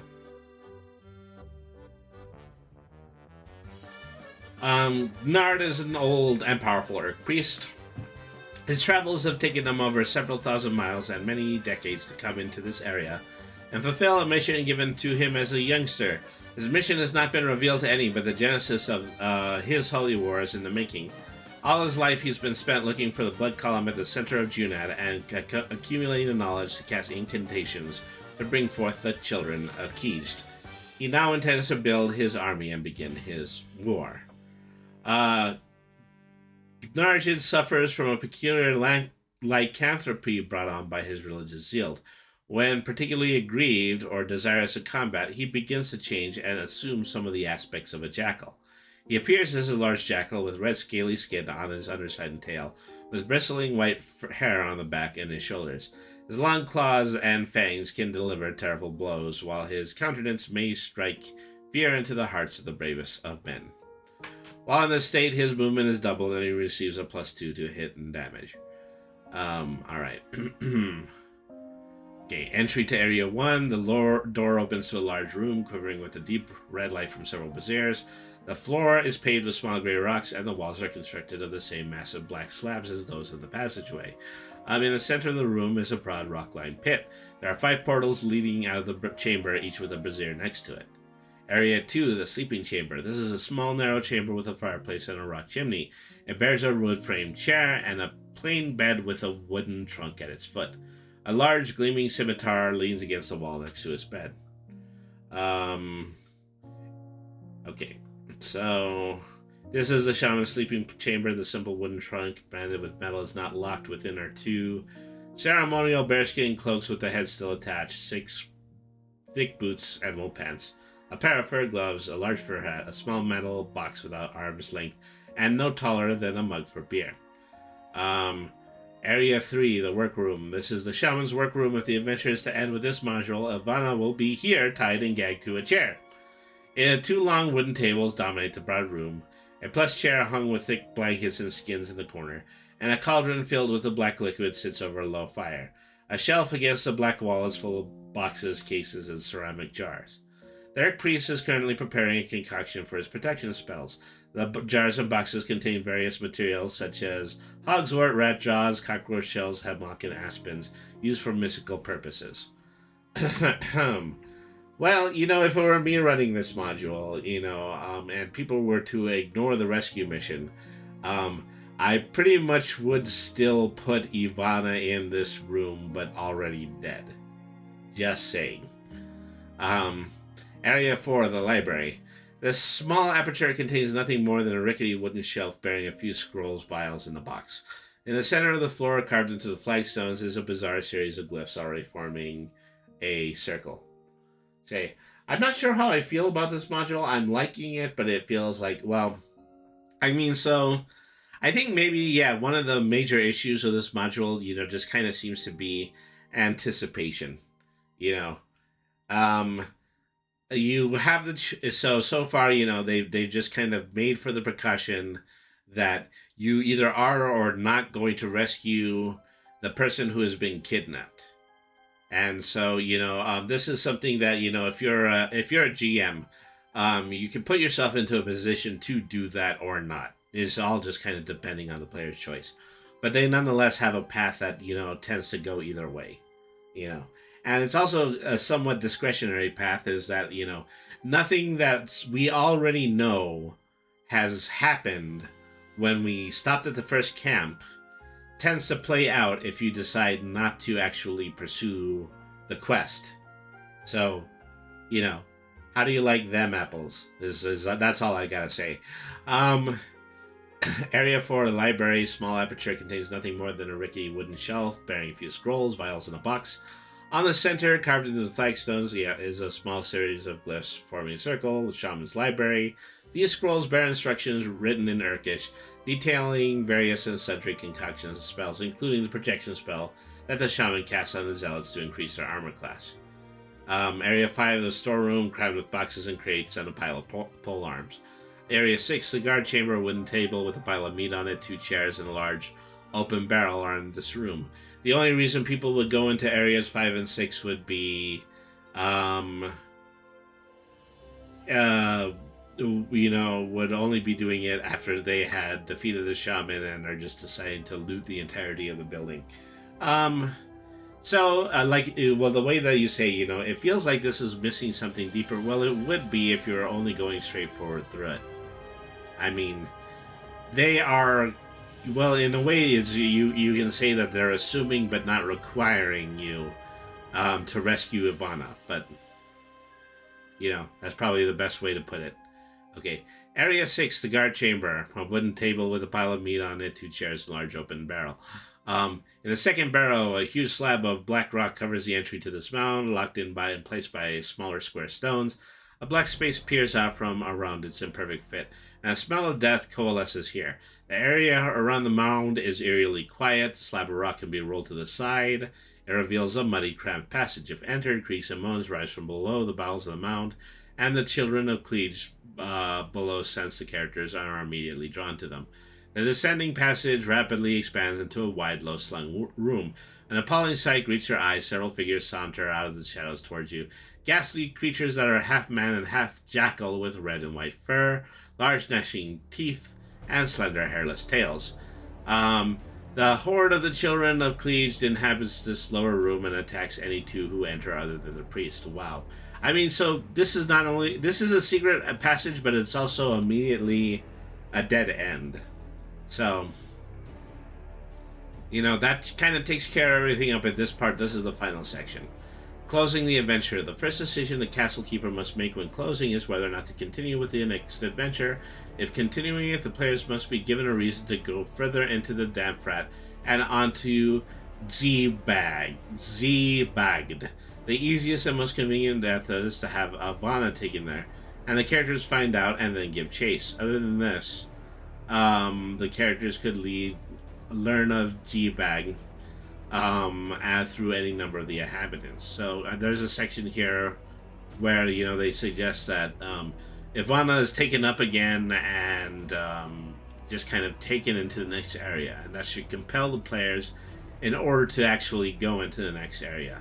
I'm not wholly convinced of that, but you know, and so they're preparing for another eventuality here. The eventuality that they're preparing for is the fact that this section, which is 26 pages out of the entire 81 pages module, will be the only adventure that's going to be played, and then they can move on to literally anything else after that.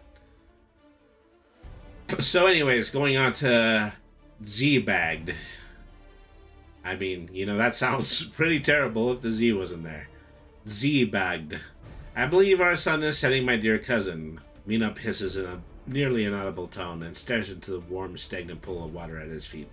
The stifling and earthly odor of the natural funnel fills his nostrils, and months of accumulated filth forces pain into his eyes. It seems fate has dealt us a horrible blow. I pray, and no answers were forthcoming. I cannot hear my mind nor find balance. I am dying, my cousin, and it seems you all must die with me. Tulan looks up at Minut with unblinking eyes. Remorse wrinkles the scales at the back of his mouth. I know we feel that time is near. We can run and hide no longer. I am lame, my brother. Has lost all of his strength. Your wife is dying, and your child. I yearn to see the sun shine upon my home, to feel the breeze from our high keeps, to walk in the paths of my forefathers. This will never again be. I am ready, my lord. Pronouncement is final, and the knell of dust struck clear in the red wavering of the fire. Mina places his talons tenderly on the brow of his cousin. Almost every... Oh, so here we are.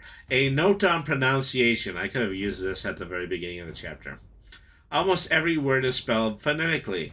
The difficult combinations are described below.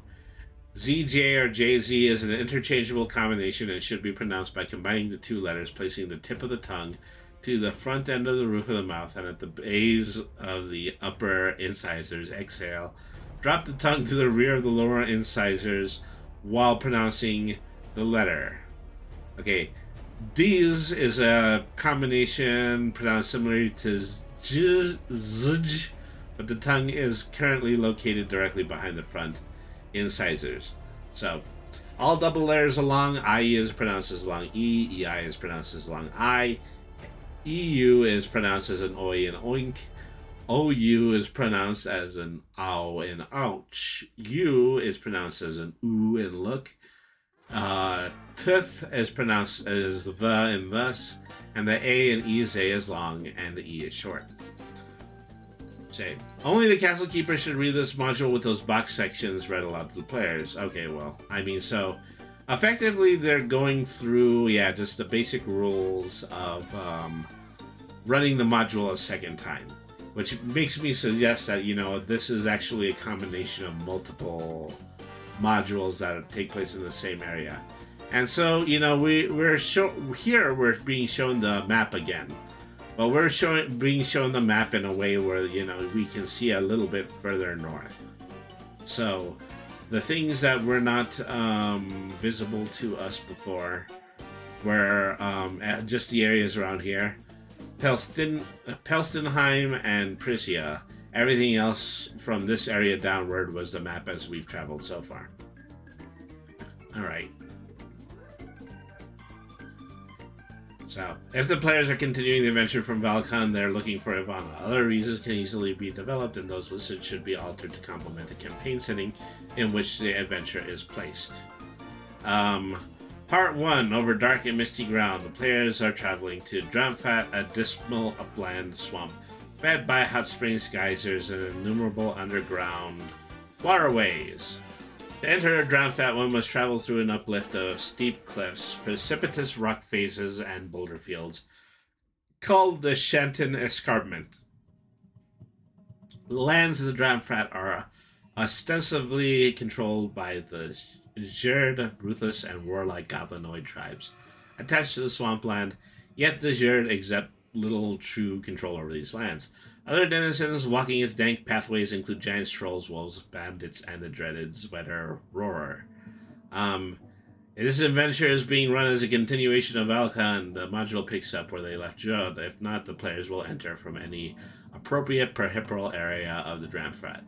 Upon leaving Junad, a rocky path trails up a series of ridges jumbled with massive sandstone boulders, crumbling cliff faces, and thick underbrush. Giant firs, heavy with the scent of pine and dark with green needles, shadow the trail while a dusky sky boils with fierce intent. The trails through the escarpment are 10 to 20 miles long. The time it takes to traverse the escarpment depends upon the party's speed. Due consideration will also be given to the players and referees' desires. If you either want to get to G-Bag hurriedly, a one-day trip is all that is necessary, or if the players seem interested in the escarpment, then it should take several days of travel.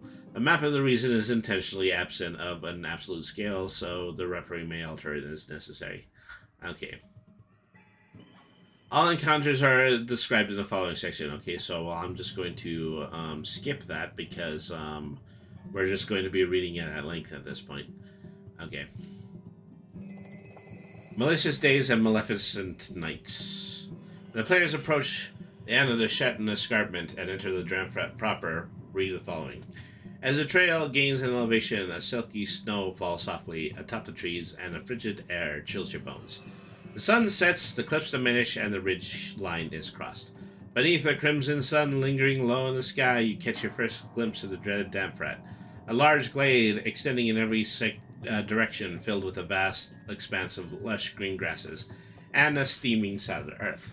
Tiny clumps of stunted firs are clustered on top of small mounds, while the white hush of long-dead trees dot the plain for as far as the eye can see. The Dramfrat is the remnant of a volcanic cone. It is a morass of steamy, swampy grasslands, hot springs, geysers, warm creeks, pools, thick evergreen copses, and tangled underbrush. Travel is arduous and time-consuming. The trails are difficult to follow through the grassy areas, and only made possible by wood markers sticking several feet out of the ground about every 100 yards. Many of these have rotted and fallen, but generally with a few hours' search, another can be located. With each day, following the trail becomes more difficult, and a single track should be made to see if the characters stay on the trail. A failure indicates one day of wandering before the trail is found again. This trail leads directly to Z-Bagged. It could take the characters anywhere between 4 and 6 days to reach Z-Bagged if they manage to stay on the trail. There is a chance of random encounters while traveling through the Dramfrat. Several of these encounters are benign, while others are potentially hazardous. See the encounter table below. There is one set encounter for the characters just prior to reaching them, the White Steam and Red Devils. Several of the wandering monsters can be used for mending adventures and can easily consume a whole night's play. So the encounter table. So let me see. Omen or Muin. A holy animal, an owl, eagle, stag, or bear spotted by one of the more spiritual members of the party. This animal makes its presence known and lingers for a few moments before heading off in the direction of Zebag. The players must interpret the omen's meaning. The referee might use it to encounter a lost party back on trail. Elk, herds of several hundred elks, Zerd on patrol. The Zerd wandered to Damfrat in small groups hunting and scouting. This is a hunting party. Let me see. The mammoth. The party notices a family of 5 to 10 mammoth. The mammoth are grazing, resting, or sunning themselves. Mammoth are generally unafraid of most things, and the players can move in or out of them rapidly if they so choose. The Zwetter roar. The party encounters 2 or 3 saber-toothed tigers hunting for food. Sumpfgirl, trolls from the Damfrat. The trolls, Kluarts and Tresnots, are the brothers of Cheatnov. Unlike him, they are out hunting. Having dealt with humans, they know it's easy to dupe humans with the promise of gold and hidden treasure.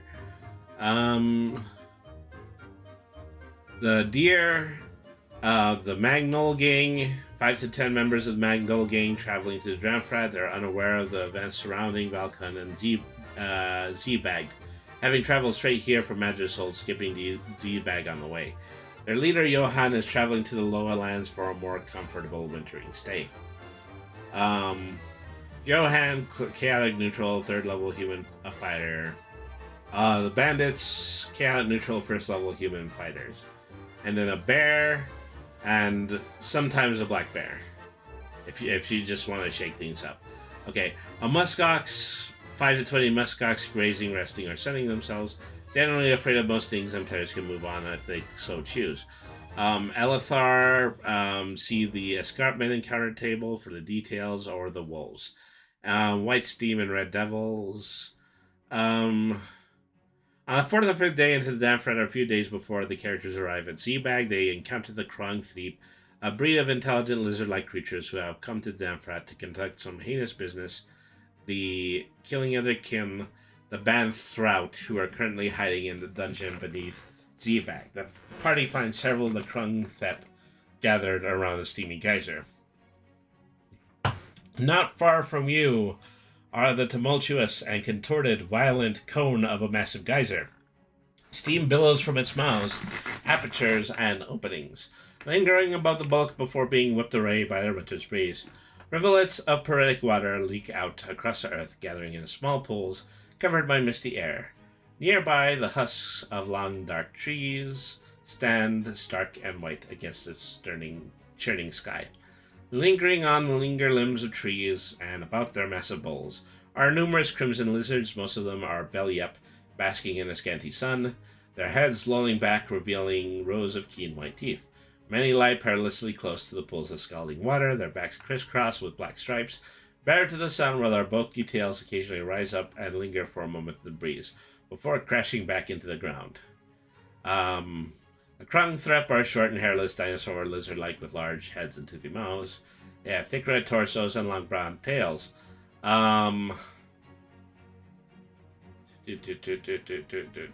Okay. So they're mostly harmless and will mostly try to flee if they encounter the party, but they have stats nonetheless. Dangerous friends and insidious plans. The Krong Threp, having been in the Damfrat for several months, realize the characters are an unusual group in this area. You know, just take a half second in order to admire the black and white art.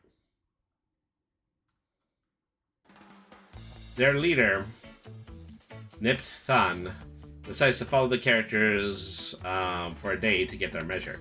As the characters approach Zebag, Nipt Than, the leader of the Krong Thep, sees an opportunity and decides to ask the party for help. I'm starting to get a very deep Knights of D vibe in the midst of all of this. Okay. Nipt Than then presents himself in armor to the party, bearing several severed heads similar to the Krong Thep, except they are blue and a little larger. By signing and drawing pictures of the sand and mud, Nip then tends to convey to the characters that he wants to enter Zebag's dungeon, find the band out, and kill them. After he believes that he has adequately explained the situation, he presents the characters with a bag of silver coins. if the party accepts the offer, then Nipthang indicates they should be at the geyser. So yeah, so now we're just kind of getting involved in the fight by Soldier of Fortune. Alright. So yeah, 4 stat lists here for Nipthang, and then his 3 sub-chiefs and his knights. So, part 2, Z-Bag. After 3 days travel, the party reaches Z-Bag. Trail twists through a thick corpse of stunted evergreens before opening into a glade, in the center of which hunkers a teetering round tower, half collapsing, crumbling from disrepair. A low earthen embankment toppled by a rickety wooden palisade surrounds the tower. From within the palisade, wisps of smoke trail off into the sky, and the raucous notes of many dirges breaks the still air of the Jamfrat. A makeshift wooden platform stretches across the wooden's top, and a single Zerd, hefting a bow, stares lazily over the treetop. Z-Bag consists of an earthen embankment shaped like a keyhole topped by a partially constructed wooden palisade. The embankment is 8 feet high, and the completed sections of the palisade are 5 feet high. Several sections of the palisade have small footage from which Zerd archers can launch ranged attacks. At the base of the key is an opening. A gate has not been constructed, though a removable section of the palisade has been placed there in emergencies. In the center of a circular portion of the embankment is a stone tower 40 feet high. About 1/4 of the tower has collapsed, and the stones are piled around its base. None of the original floors or staircase remain. A wooden platform accessible by a rope ladder has been placed on top of the tower. Near the tower is a well. It's used by the Zerd to draw water, and the only entry to the dungeon beneath Z-Bag. The well shaft appears normal upon a cursory glance. There is a drawing pile on the lip. Bearing down on it, when there is enough light available, relieves that the shaft only goes down 20 feet or so before opening up wider into a cistern. The original entry to the dungeon was beneath the tower. That has been buried and collapsed and is currently unusable. Descending through the well shaft is the only manner of entering the dungeon. Okay, so I'm going to take a moment. I'm going to take a look at the map because I'm a little bit confused by the description of it. Okay, so the palisade, just the center of the raised area, which I believe is right here, that's 5 feet tall on top of a vertical stone face. The entirety of the embankment's height is 13 feet. And so it's really just kind of seems to be something like in the neighborhood of an earthbound dam. You think you get the map. Yeah. And so, well, yeah, there's definitely is just a significant amount of, something in this area right here, and it's all leading to the palisade. I'd almost assume that it was people doing a pilgrimage, and maybe those people are actually the Zerd who are actually trying to get to the palisade. At least that's the way that I see it. When the party arrives, Z-Bag is occupied by a Zerd warband, members of the Magdal gang and their partners, a goblin merchant, Ivana, and one other prisoner. Each band and the significant characters are described separately below. A note should be made on scaling the adventure. The number of Zerd at the tower should be high enough to challenge the players, but not so high as to destroy them. Alright, so yeah, everybody's here for a ritual. The Magdal gang, bandits from the stronghold, led by Gratva. Liber Bomvex Reavers, a nefarious pirate who piles the waters around Bergholt. We already know what his secret identity is. He's apparently taking part of this as well. Klaus, a tall and thin man with wisps of hair in his head and chin. He's acne-scarred, beady-eyed, and thin-lipped. His clothing is simple, fairly dirty, and unkempt, but quite functional. We're only halfway through this book, and we've already, kind of gotten to the area where all of the big bads are congregating. Tyndall, a fairly handsome man with a stubble of growth. His eyes are piercing blue, and his voice firm and powerful. He walks tall and carries himself pompously, glowering to most who bother to talk to him.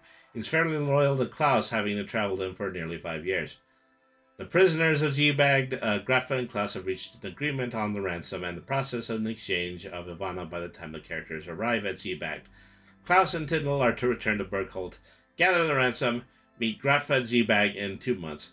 Grafa has agreed to accept 1,000 gold in exchange for his services and his rights to the prisoner. In the interim, Ivana remains with the Zerd, who have agreed to watch her in exchange for 50 gold points. Ivana is bound and kept in the tower. Napatero and Zidhim are there as well. They have a small fire burning. Zapatero, being insane, lies huddled by a fire. He is not bound, but so incapacitated so that they can do nothing. So at this point, Ivana, if you were actually to follow a path where, Ivana just continues to be taken throughout the adventure, she's in a sequence where, she continues to be held prisoner by whichever groups, and those groups are already engaging in diplomacy while Ivana is bound. So, so there's a section here describing how she is at this point in the campaign, so maybe that'll shed some light on it. The somewhat naive daughter of Rottenheimer has matured significantly since her abduction from the Valkand. More importantly, her innate magical qualities have manifested. Her personality is transformed. Previously, she maintained a soft-spoken, demure interaction with others. She no longer acts in this manner.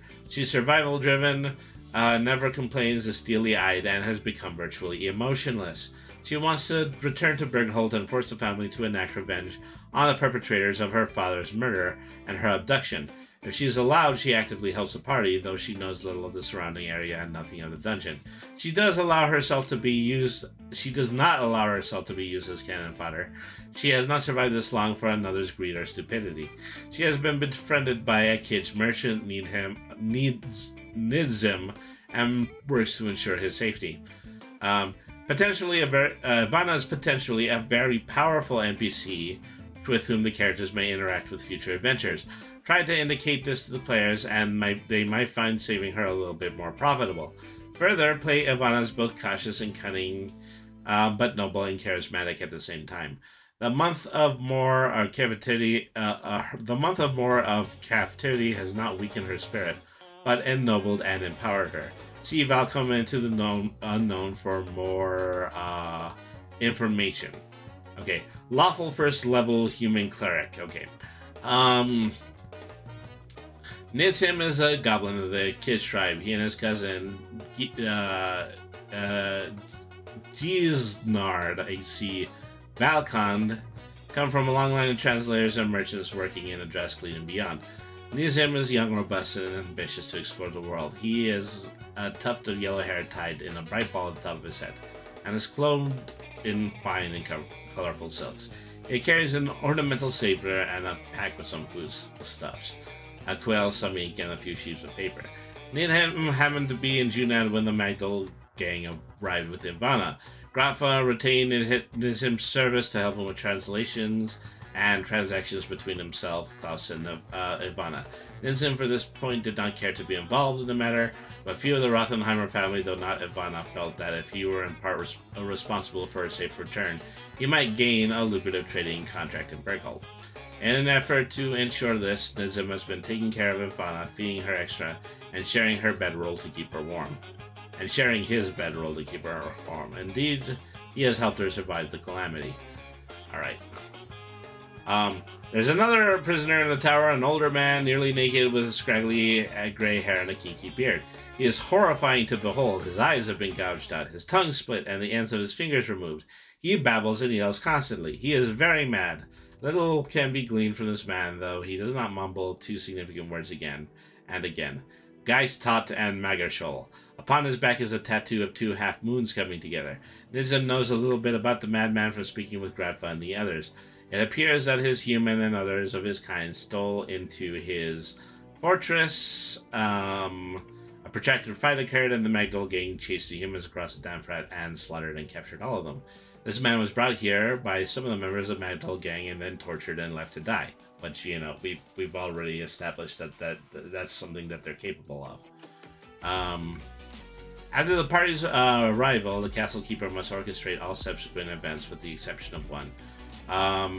The morning following the arrival of the party, the Magdal gang and Uberbomb Vex Reavers leave D-back. That would be really easy to do, because I've personally already forgotten, specifically how those events would have occurred and what order that they would have been in from the previous chapter. So yeah, just I'll skip around here a little bit. Part 3, Beneath Inze. The entry to the dungeon is thought the well shaft. If the players cannot figure this out, drop several hints using Zapatero. You can babble about the Book of Magic being dropped down the well or point down the well a lot. That should be enough to get any adventurer worth his salt to follow the route. If the characters elect to leave Z-Bag and Nip Than does not stop them, then the adventure essentially ends. Consult Wrapping Up the Adventure for further details. So, they're anticipating that, they decided not to follow into this dungeon, and as a result of them not following into this dungeon, you can just go ahead and skip to the end of the book. Okay. Dungeon dressing. Okay, well, I'm probably going to skip that. We'll just go with the player character descriptions here. Alright. The tight confines of the well shaft give way as you are lowering into a dark white space. The plunking of pebbles dropping into the water rises up from below as a moist, steamy air engulfs you in your flickering light. Below your dangling feet is a mire of steamy, slimy water reeking with the fetid odor of stagnation.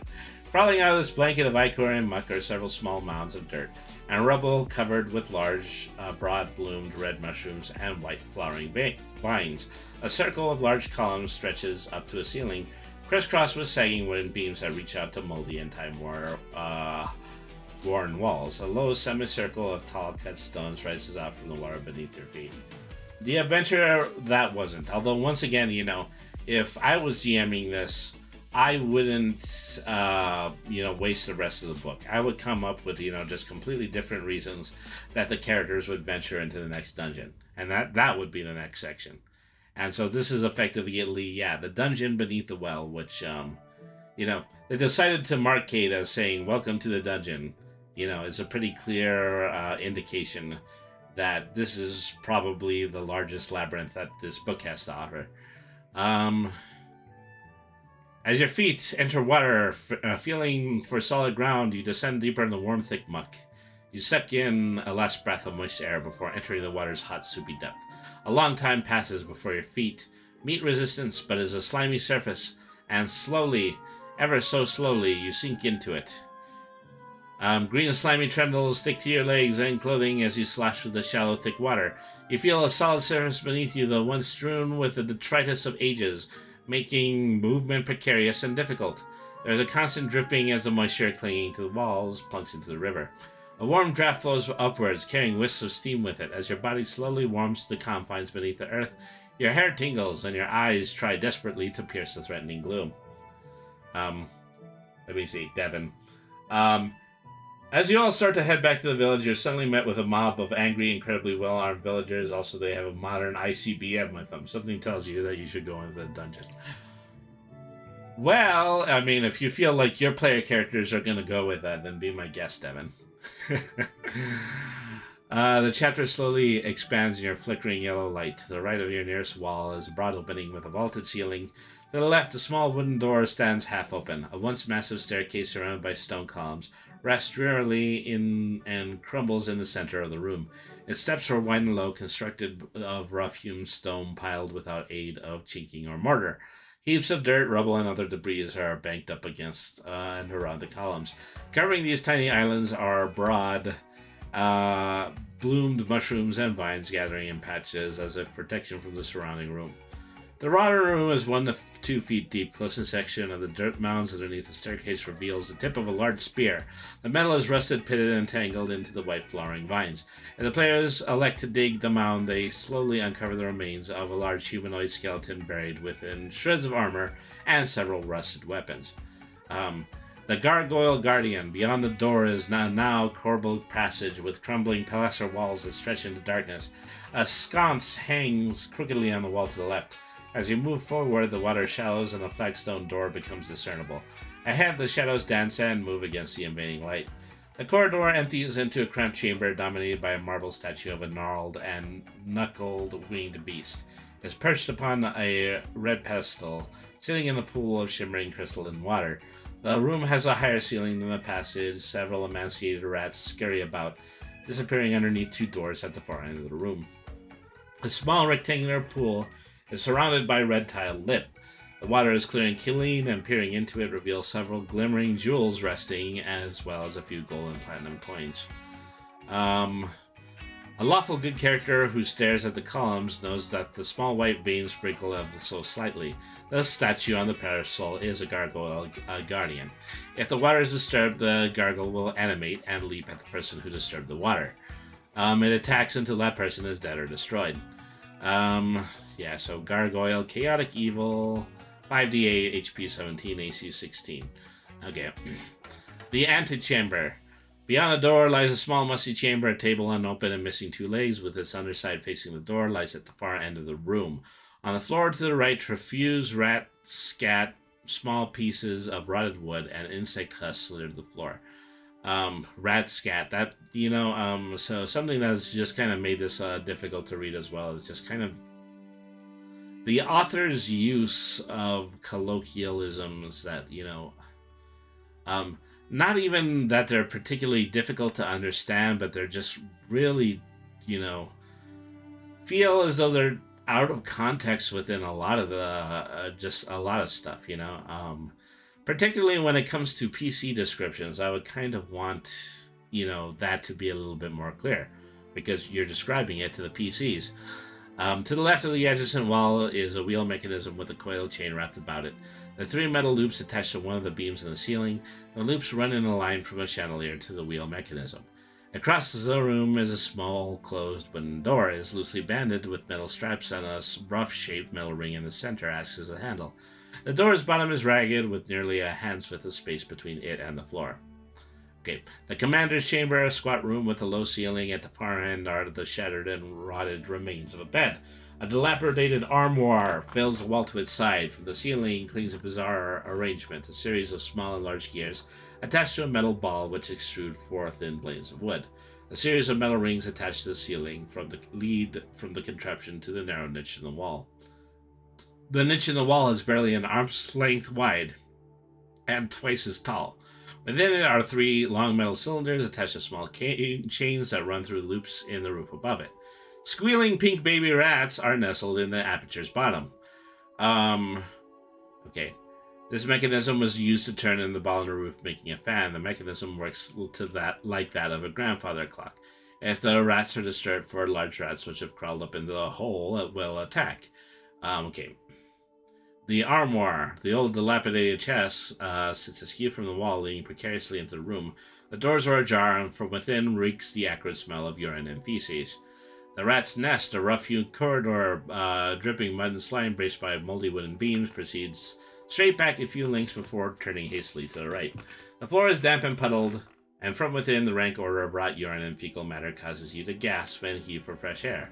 That is to say, if you didn't explore the armoire, then you would actually be quite used to it at this point. As you proceed down the tunnel, a noise like the chittering of grasshoppers and the crackling of leaves increases with each step. Suddenly, dozens of rats pour around the corner. They scurry wildly down the tunnel around you, making a tremendous amount of noise as they go. They begin to crawl over and on you as they pass, attempting to bite and scratch any exposed flesh.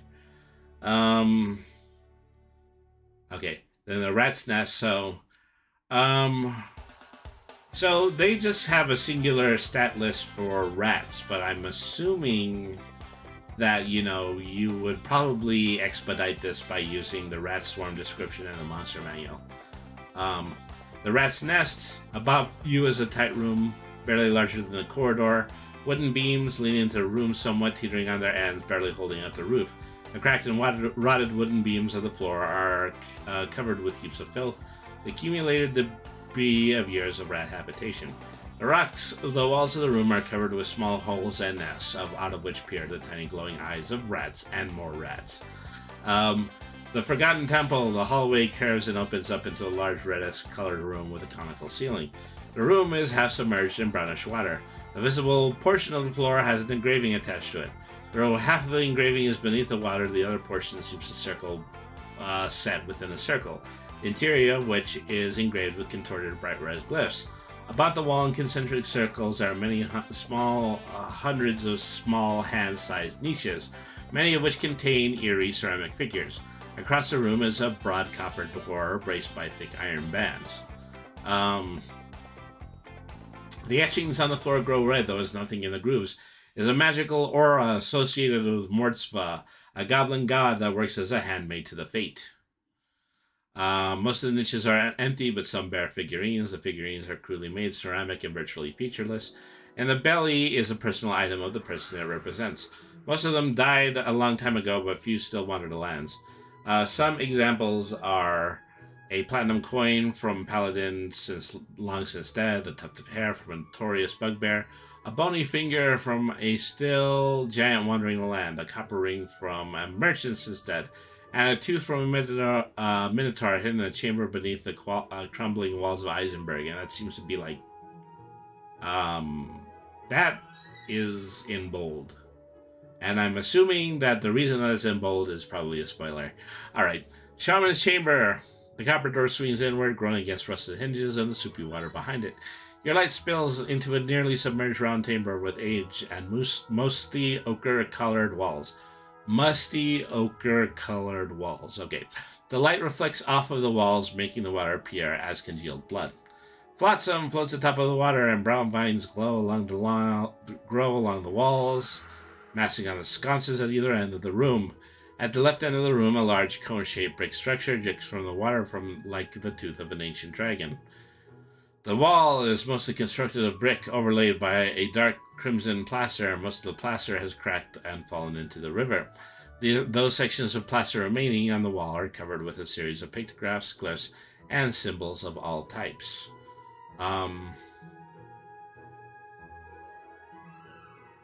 Same. A ceramic figure, so they mentioned it a second time. A ceramic figure with a tuft of hair on his head and a tooth embedded in its stomach, representing Z-Bag's last chief. So that's the significance of that. So, I mean, I'm pretty sure that, there's a bonus Demionaut, knowing if you actually just arbitrarily decided to carry this one sculpture with you. To the training room, moving down the narrow passage, a grisly sight awaits you. A large ghoulish skeleton is propped up against a half-collapsed wall. It is easily 7 feet in length, with the tattered remains of thick leather cloaks still clinging tenaciously to its skeletal torso and arms. Upon the grinning and fleshless face is a tuft of gray and withered hair. A massive hand still grasps a gigantic club, the top of which has been driven through with daggers and a short sword. Before you is a large, misty, octagonal room with a conical ceiling and a recessed floor. In the steamy midair listlessly float a vast assortment of bones, femurs, ribs, skulls, whole spines, hands, and other parts both large and small. The large round beams crisscrossing the ceiling have long since ceased to do their job, and the roof is collapsing and large mounds of dirt and debris have fallen through the room. The lower portion of the floor is submerged in steaming water. This was once a training room for the goblins. When ogres occupied the dungeon, the room became a temple to the ogre god Stumish. The bones are bits and pieces of animals and others killed on the hunt or in war. Okay. The kitchen. Beyond the archway lies a narrow rectangular room. A narrow slit is inset into the middle of the floor. From each end of the slit protrude bent and twisted metal bars. At the other end of the room, there are 3 small cone-shaped clay ovens. The 3 narrow, dark wooden doors stare at you from across the room. Thick, endless silvery webs dangle in long strands from the ceiling's bowed rafters. Near and around the rafters, the webbing is bundled into knots and tight wads. The balls of webbing begin glowing with a silvery light, illuminating the entire room with their bright beams. Then, as suddenly as they begin to glow, bright balls of light fall out of the webbing and glide quickly through the door and down the halls. If the characters are curious and not aggressive, the Yealings will, one by one, awaken and slip out of their nests. The Yealings, more than likely, just bright glowing creatures that are helping the PCs be led into a specific area. A solid black wood slab door with a crooked handle in its middle bars your way, and the door slings into a narrow long room with a low ceiling, studded with small metal loops and hooks. A short length of chain dangles from one of the loops. Upon the floors are the remains of boxes, crates, and barrels. So, I'm operating on the somewhat eerie suspicion that, just the remainder of this module is a description of every single room in this dungeon. So, we'll see that once we get through the next few pages after that is actually true. But, you know, given that we've already closed one chapter and opened another, I would assume that this book would be more than 2 chapters. All right. Okay, so room 9B, this is a small plank door with no apparent handle, resting slightly ajar. Beyond is a low ceiling, narrow, and long room bearing numerous shattered large ceramic vessels lying in brown sludge. Both walls are lined with shelves, most of which are broken. There are, however, 3 whole jugs still sitting on the shelves. The brown sludge sticks to the characters' feet when they enter. It is the harmless, inedible remnants of goblin food. 9C, a solid wooden door with a round metal handle in the middle. Small scraps of metal and a large dagger are jamming the door shut. It opens into a narrow room jumbled with skeletons, wrapped in the tearing remains of clothing and armor. On the ceiling are hooks and rings bearing frayed rope. Okay. Number 10, the mess hall. A low and broad opening leads from the hallway into a long room. Barely a stone toss across the room is another identical opening. 4 stone benches, barely coming into the height of human knees, stretch across the room. The floor is littered with debris fallen from the ceiling and the detritus of the previous inhabitants' lives. Nearly an inch of water is pooled into the center of the room. Looted armory, section 11. Peering around the corner of this cramped portal is a small dark room, mostly filled with foul black water. Metal rods protrude menacingly up from midway the walls and then again enter the ceiling. Sconces are located at either side of the room. The small, dented, and shorn metal shield lies partially in the water, and in the corner of the room by the door is a splintered and molded wooden barrel, being held together by rusted metal bands.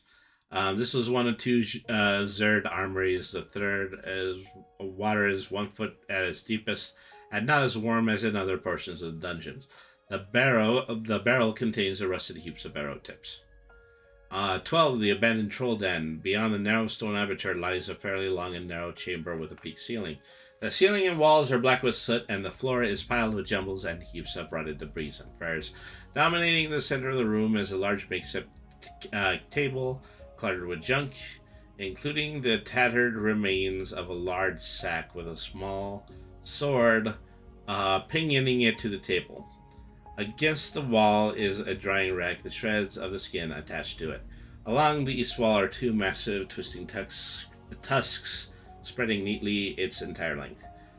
Several large spears and planks of wood stand in the corner of the room. Alright.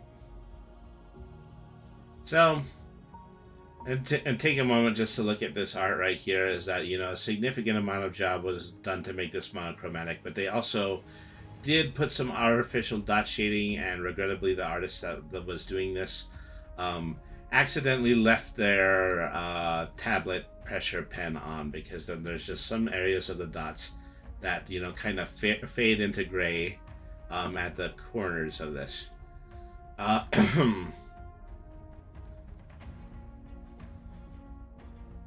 me see. Okay, so I think we already did the looted armory.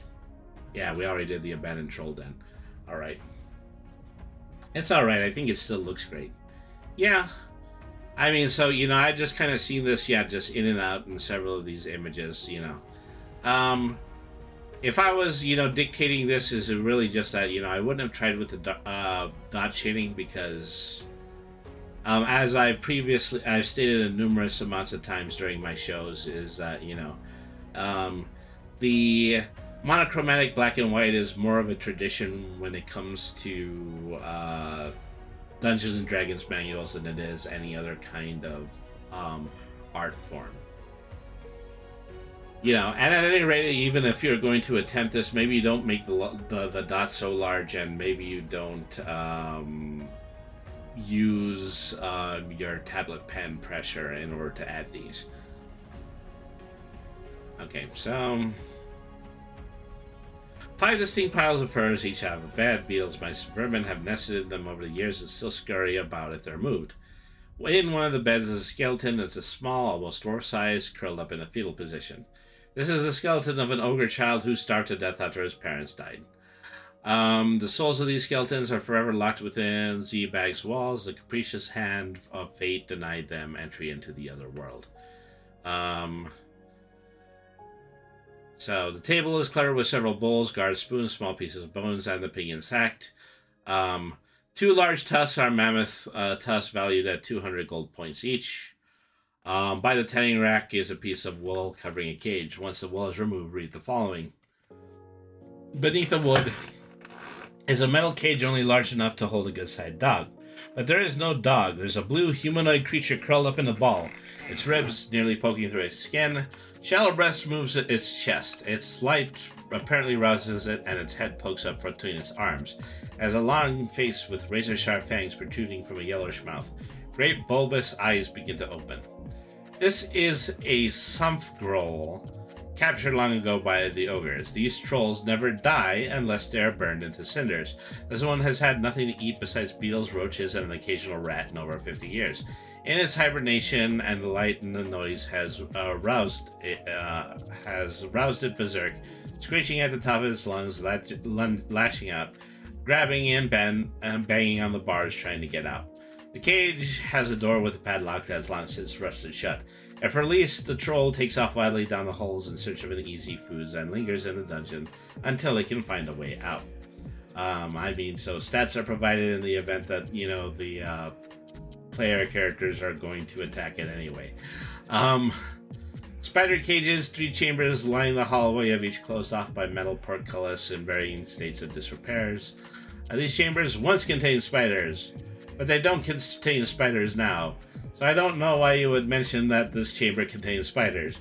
13A, the chamber's portcullis thick with rust, has small sections snapped out of it, and the upper rivets have nearly come out of the ceiling, causing it to lean awkwardly into the hallway.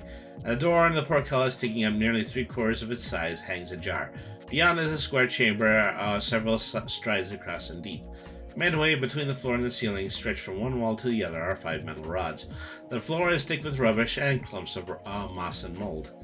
13B, the portcullis is tightly woven, making it difficult for even a small human to fit through its openings. In the center of the portcullis is a small door, which in turn is set with a larger door that covers fully 3/4 of the portcullis. The chamber beyond it is covered in dust and pebbles. In the far corner of the chamber lies in a cluster of moldy spheres. This aperture is... Okay, so... The 6 round balls have a small layer of mold growing on them, are attached to one another. They're very light and colored a dull reddish brown with faded yellow swirls. They are the dried out remains of spider eggs and are very fragile. 13, the aperture is broad and opens into a small room, a portcullis ripped from its hinges.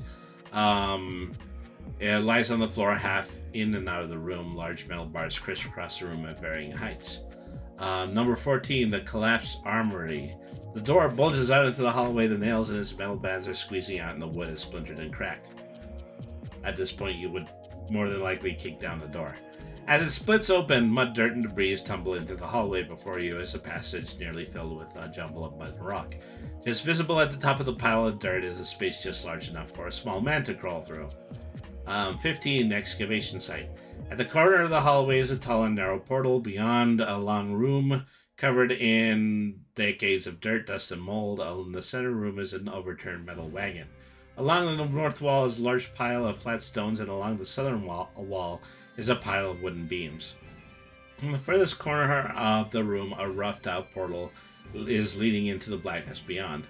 The wagon is a small metal box set on metal wheels. The wheels are rusted, making the wagon very difficult to move.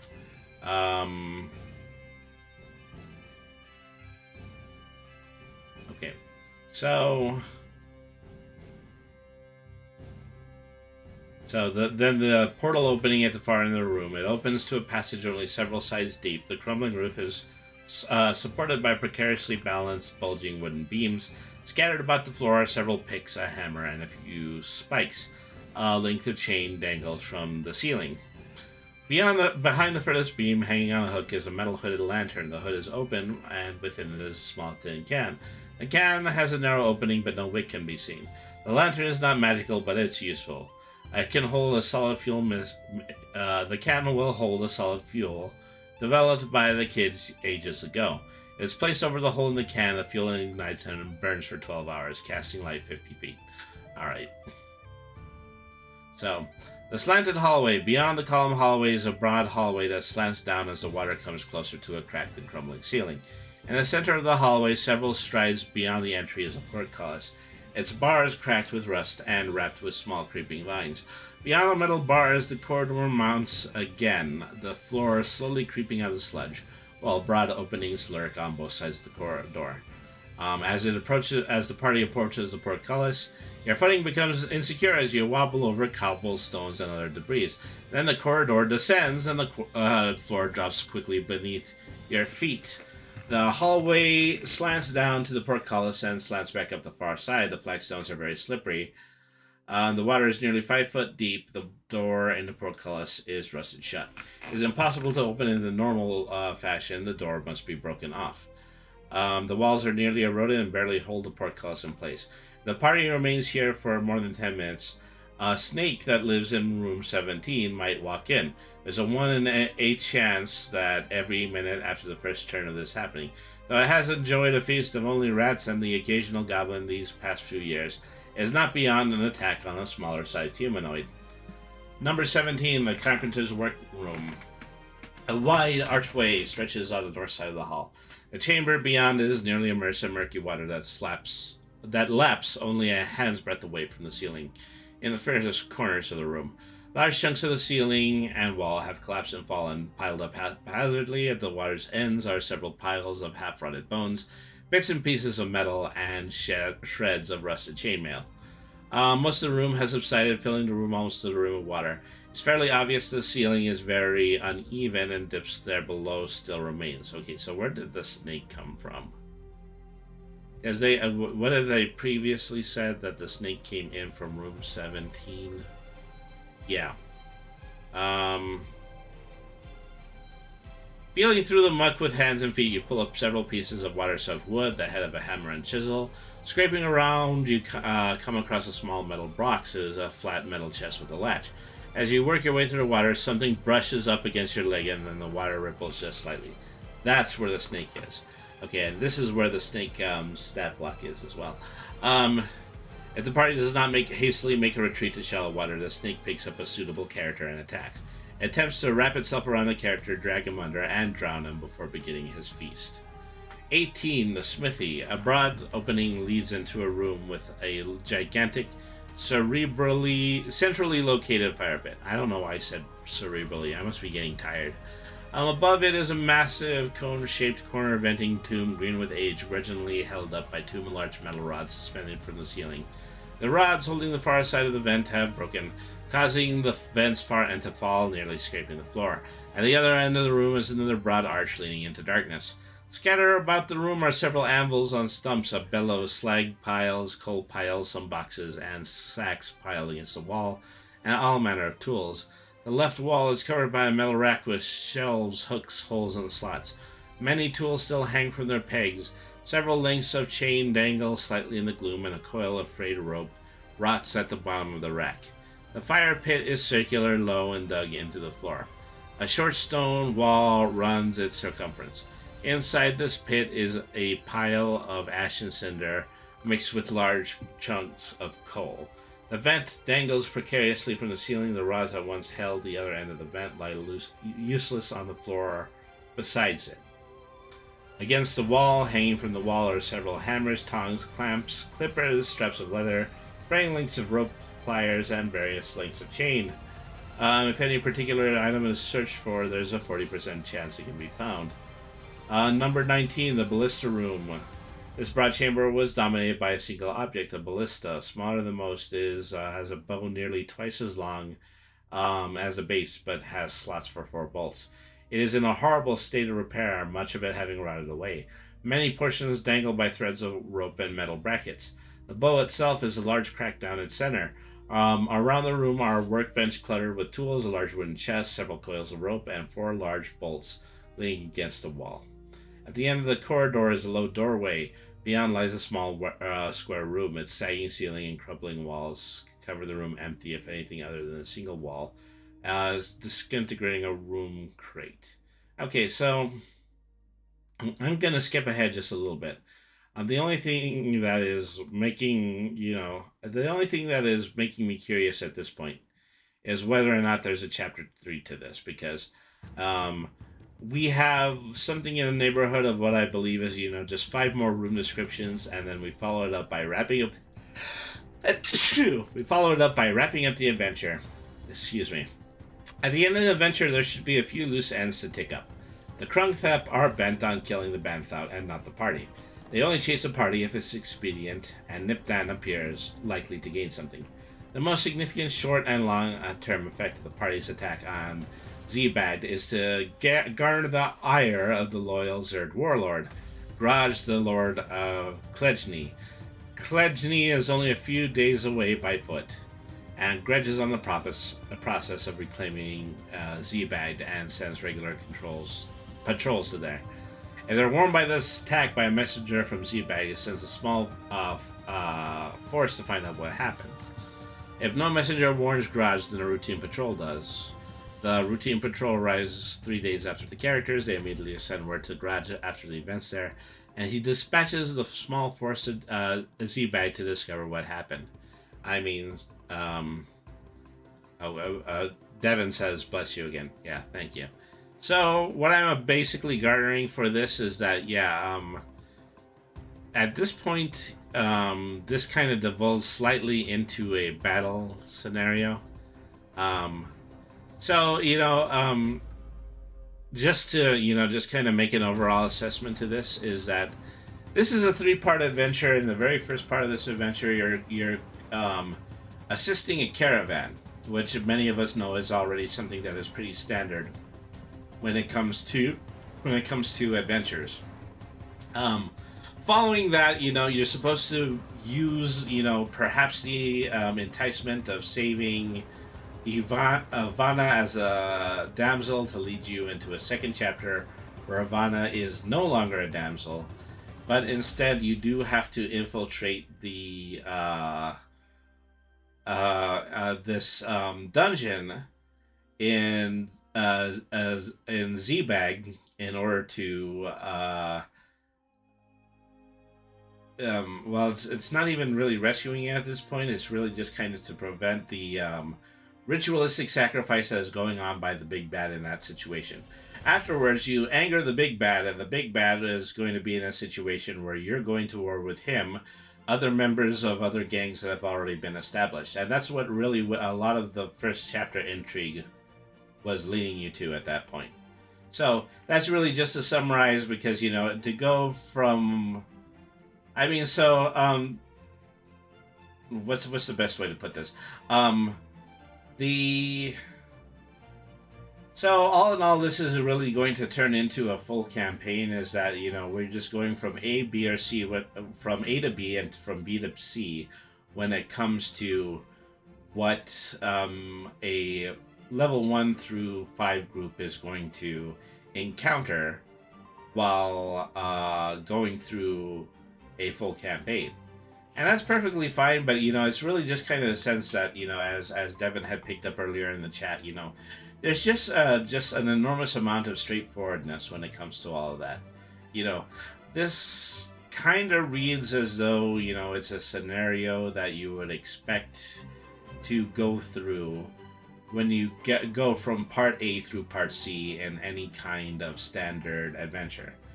Yeah, it's a very perfunctory module. Perfunctory is the correct word in that. And so out of the, great litany of very, very complicated words and colloquialisms I've been reading throughout this, it's not bad in the least, but it's just too standard. And so, given that this is a level 1 through 5 module, I'm willing to accept that. But, this still feels incredibly stark when it comes to, just kind of setting up the interplay between the characters. Once again, that's just, something that, you might consider to be typical as you go through a basic adventure. And so there's nothing wrong with this at any means, but it really it's a basic adventure that, you run as presumably your first chapter in a long playthrough of Castles and Crusades. And then you get into level 7 adventures, like the one that we had read last week. What's the name of that one? That one was that one was Castle on the Hill, So, I guess, this is good for the basics, but, we're trying to be a little bit more in the advanced class here on Brady the RPG Cat, which is, you know, why we are attempting to, you know, try to forego the basic rundown of an adventure and replace it with, you know, something that is new and original, particularly in the field of independently published books. And let's go ahead and let's put it that way. I'll give it a passing grade just because it's low level, and I would do the same thing too. But also there's also a significant fact that I'm not necessarily trying to engage in criticism. I'm really just trying to present the material and, you know, trying to allow people to understand, you know, what my viewpoint is when it comes to this. And so once again, you know, it's an acceptable module. You can definitely run it. If you're looking for a means to provide an introductory adventure. But, you know, I'm just silently hoping at this point that, you know, the very next module that I pick out from this humble bundle is going to be something that's going to be a little bit more artistically centered. And so something that I would very much like to do just after reading this is that I would like to go slightly back to Kobold Press. We do have the City of Cats scenario, which is the scenario that we proposed that we would read once, but instead we did the Book of Ebon Tide. So I would like to see how, you know, what the world building is specifically in that module. There's a very good chance that that's the one that we are going to read next week. But at any rate, I think we've covered a significant amount of ground here, so let's go ahead and let's bring tonight's stream to an end. So thank you everybody once again for tuning into Brainy the RPG Cat. I remain Brainy the RPG Cat.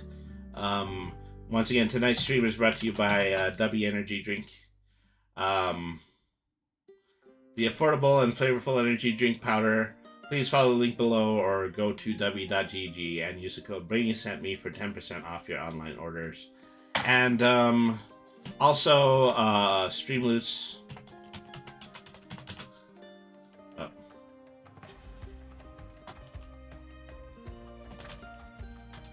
This stream is brought to you by Streamloots. $1.99 will get you a pack of 3 Brainy the RPG Cat trading cards. Buy them and then redeem them for special effects and games played inside of the stream. And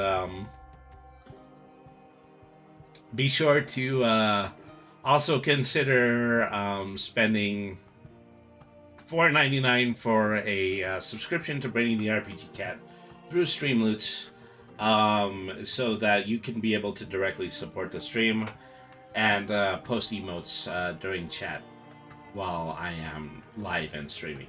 So all that is available at streamloots.com/BrainyTheRPGCat.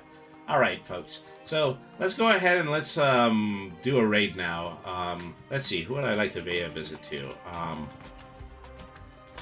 I think I would like to pay a visit to okay, well, Meowbenheimer might be a good choice out of the gate. So would Stella Cosmister. Let's see. Yeah, okay, so I think we're going to go over to Meowbenheimer right now. They're in the middle of playing Baldur's Gate 3. So, Baldur's Gate 3 currently, you know, just sweeping the charts over on Twitch, but it may be a while before we actually pick it up for this channel. So in the meantime, you know, feel free to enjoy it at the behest of another great cat VTuber. So, thank you everybody once again for tuning in. I am going to be back tomorrow night, and we are going to be playing, well, we're going to be playing another dungeon crawler. We're going to be playing Divinity Original Sin 2. So, thank you everybody for tuning in. Remember, BRANY means smart. Nothing is too hard if you use your head. Always be the change that you want to see in the world. Good night everybody, and thank you very much for watching.